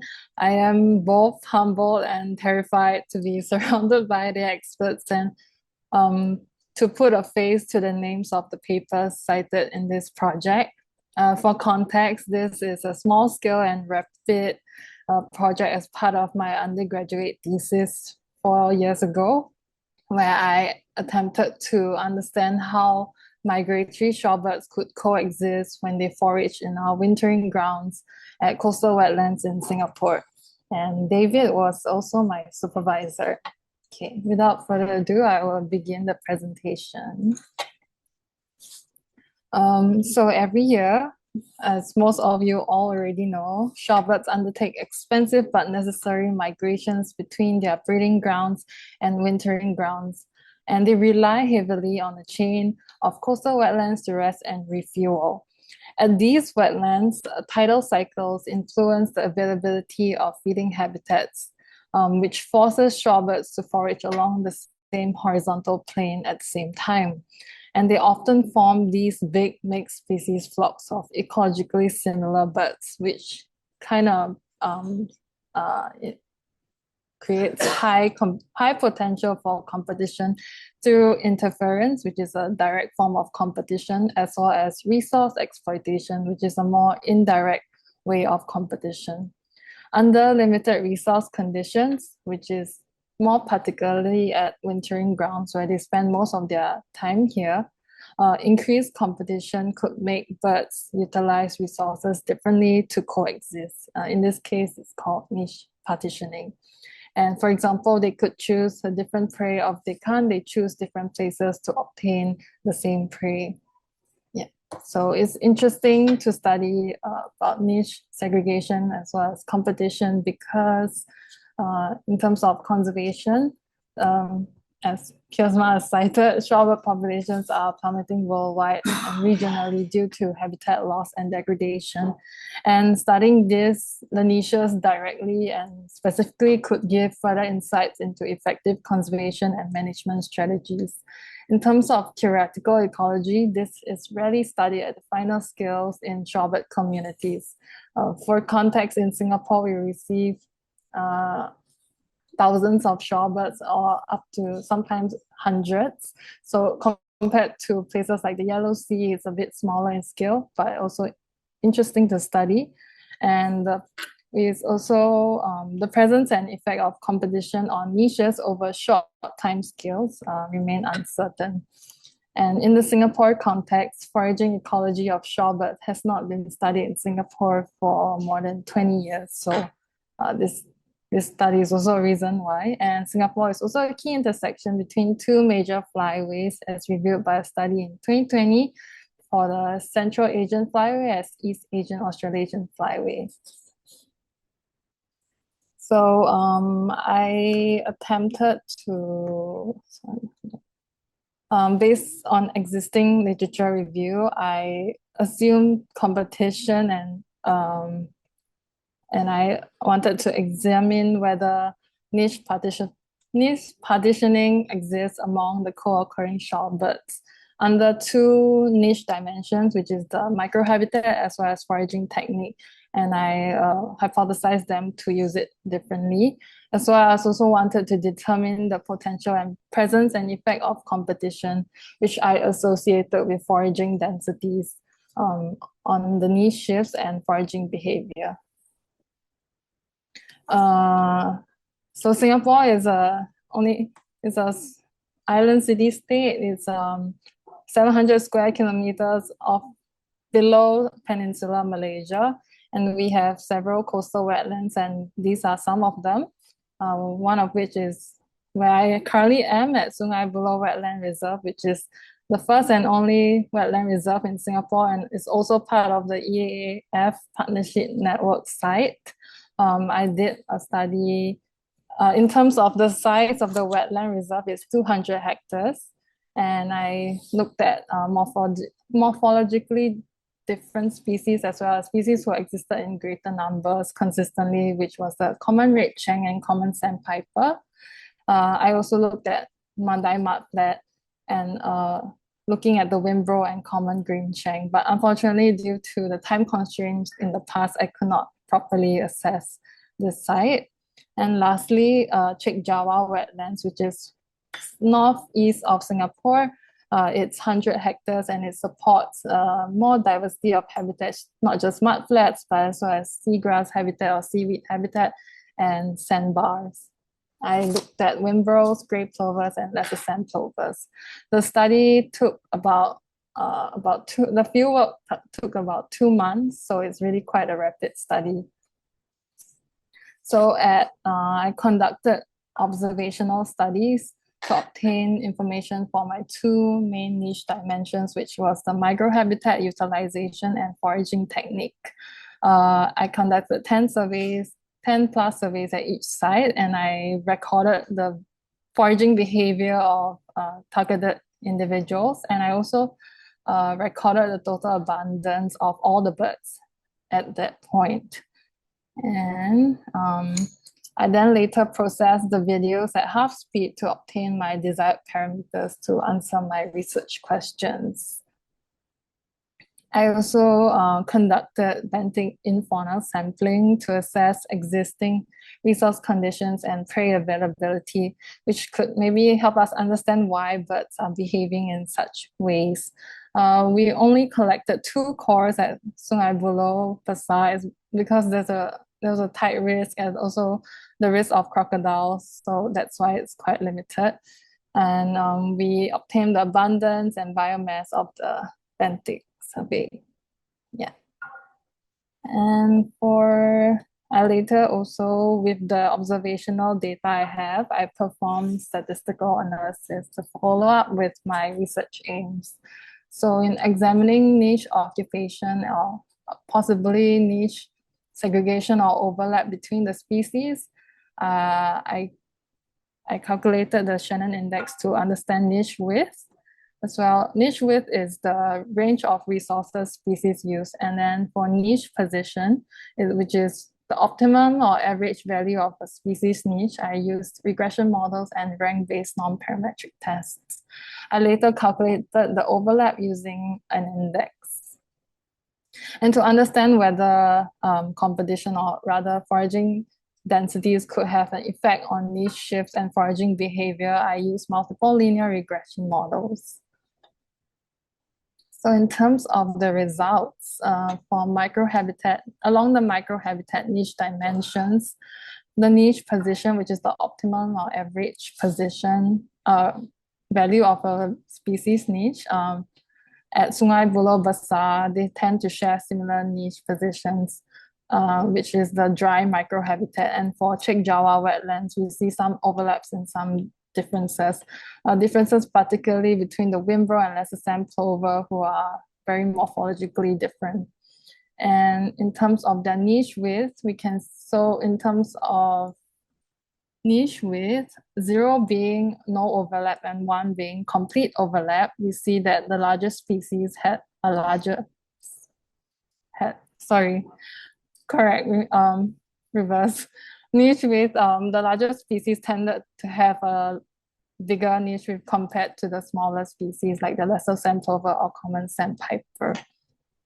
And in terms of their overlap, the common red chenk and common sandpiper sheds high overlap, and most of them except for the lesser sand plover and wimbro, as the data shows. And in terms of the foraging technique, we see the same niche position. Most of them use single pack technique to access their prey. And again, for niche width, the larger the species, the bigger the niche width. And in terms of niche overlap, we see generally quite a bit of overlap. However, I understand that in terms of foraging depth this assessment could be different because of the varying bill lengths of each species. So I attempted to analyze and found slightly different slightly more niche segregation among the species, but this is really only just an estimate because I couldn't properly assess it through the videos. So this foraging technique is truly just a proxy. And then in terms of what they ate, I also tried to obtain such information through videos, like Nikki's Nikki's presentation just now. But it's really quite hard. And otherwise, at Sungai Buloh Besar, I had seemingly high levels of trophic overlap, whereby the common red share and common sandpiper seem to have a big overlap on worms. But then if you see closely at common sandpiper, I only had one sample, so it's clearly an underrepresentation. And at Chek Jawa wetlands, because of the distance, there was high levels of uncertainty of actually what prey they were eating. So perhaps if in future, if I could replicate the study, I would estimate the biomass relative to the shorebird size following Dr. Nikki's work, as mentioned just now. And in terms of the benthic surveys, what was the outcome? I did it for all 3 sites. We could only compare it relatively and not really, and I can't really make meaningful correlations because I'm still not super sure about how much they eat and what they eat. So at this moment, this information is still useful for baseline. So whether I then tried to understand whether there was a presence and effect of competition on their behavior. So on the ground, we really saw no signs of interspecific interactions at all, and mainly intraspecific. And we ran models to understand, but we have little data points, and we had almost no significant results at all, except for the lesser sand plover, whereby conspecific density, so intraspecific interactions, really significantly affected how they use their microhabitats. So the key findings, in terms of the first research aim, we see that morphologically larger shorebird species tend to have larger niche width than smaller species, which is quite understandable. And then we also see generally weak niche partitioning observed among the species, except for the substantially morphologically distinct species such as the lesser sand plover and wimbrel. And in terms of competition, we see almost 0 interspecific interactions observed, and mainly intraspecific, and largely undetected presence and effect on competition on their niche shifts and foraging behavior. So in terms of discussion, at Sungai Buloh Besar, even though the common red shank has twice the tarsus length of the common sandpiper and has a longer bill than the common sandpiper, we see that the common red shank clearly has a larger niche width, but the common red shank doesn't seem to avoid overlapping foraging strategies with the common sandpiper, and we do not really see any interspecific competition. So this could be attributed to high resource availability in relative to the population size. So in a resource scarcity model, it would be more even, the resource use will be more even, whereas in a resource surplus situation, resource use will be more tapered. And we actually see that the species kind of exhibit relatively narrow and tapered niches, which could possibly signal that resource surplus in Sungai Buloh Besar. And perhaps the benthic infaunal surveys, which had a high worm biomass, could support this argument. And for patterns following the morphologically variability, the wimbrels and lesser sand plover, which are clearly different families and different morphology, we see some evidence of niche segregation, especially along the microhabitat niche dimension. The lack of interspecific competition between these species were also detected. And this could possibly be due to fundamental niche partitioning because of how their views have adapted to be like that, and this could result in some coexistence. And this coexistence could be further enabled by existing microhabitats at Chek Jawa wetlands, and because of this diversity and abundance, it poses a greater potential for further niche partitioning at higher densities when both wintering population and passage migrants arrive. In terms of the caveats of the project, the true trophic niche dynamics of actually and carrying capacities were beyond the scope of the study. Exactly what do they eat and how much? So more extensive and precise prey surveys must be conducted, perhaps using eDNA. And then for competition, it was investigated on a broad scale, and it was assumed using conspecific and heterospecific densities. So perhaps we could also examine competition effects at the individual level and use other proxies for competition. And the study only focused on two niche dimensions, which were the microhabitat use as well as the foraging technique use. And we did not analyze it to be how they could affect one another. So that could be another way. So, and also temporally, spatially, and other niche dimensions.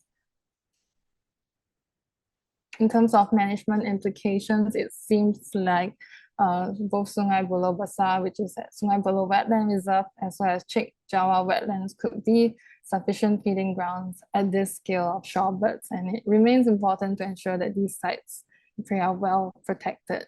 And the results could also act as baselines for evaluating and conserving other feeding grounds in Singapore. Yeah. In conclusion, the high resource availability at Sungai Buloh Besar, as well as the microhabitat and prey diversity at Chek Jawa wetlands could possibly facilitate this coexistence. And at such a scale of birds, the existing wetlands could be sufficient at hosting the overwintering shorebirds and passage migrants for the entire season, and provide insights into management and conservation strategies at small-scale wetlands like ours, as well as potential for further research in carrying capacity and niche dynamics. Yeah, these are some special acknowledgement and special mentions to National Park Boards, advisors from my university, as well as friends and family, and the shorebirds themselves for teaching me a lot of things. Yeah, that's all. Thank you. Thank you very much, Clarice. So I hope, okay, maybe you can type your email into the chat box so that people can, reach out if there are comments or questions, because we are fall behind about 20 minutes for the webinar. So we will not hold everyone for too long. Thanks a lot, and really appreciate for the presentation.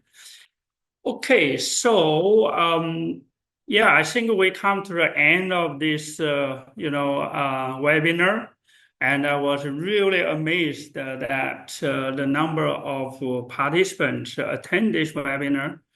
We had more than 200 people, incredibly, which probably the most number of people we had for our webinars. So really, impressive. We also look forward people who will be, continue to support and participate our future webinar. I really appreciate for our speakers, particularly, Professor Piersma. If you are still here, maybe you want to just say hi to people.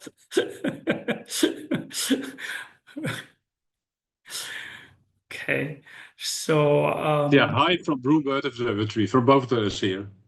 Thank okay. you, David. Thanks for organizing it.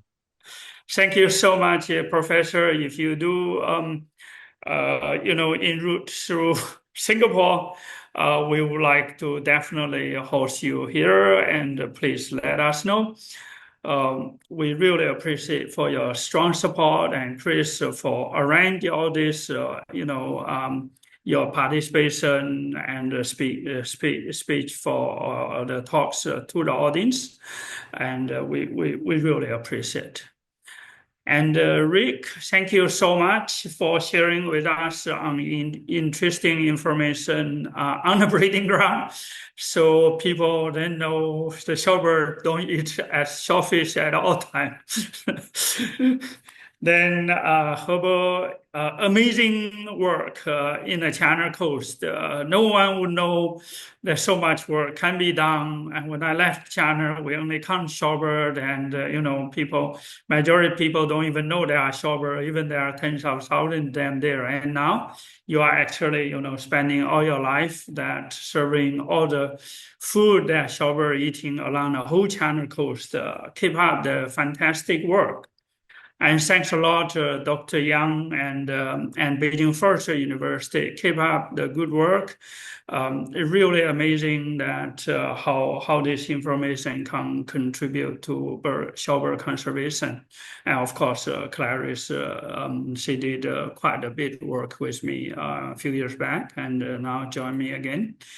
So yeah, so thanks a lot, really appreciate. And this is not the ending and a new start. So we look forward to work closely with all of you for future webinar, for shorebird conservation activities. And for those you are a member, you receive emails, please make sure you attend the meetings, because it's very inclusive for making decisions on shorebird conservation together as a shorebird working groups. So yeah, I think that's all I would like to say. We'll keep in touch.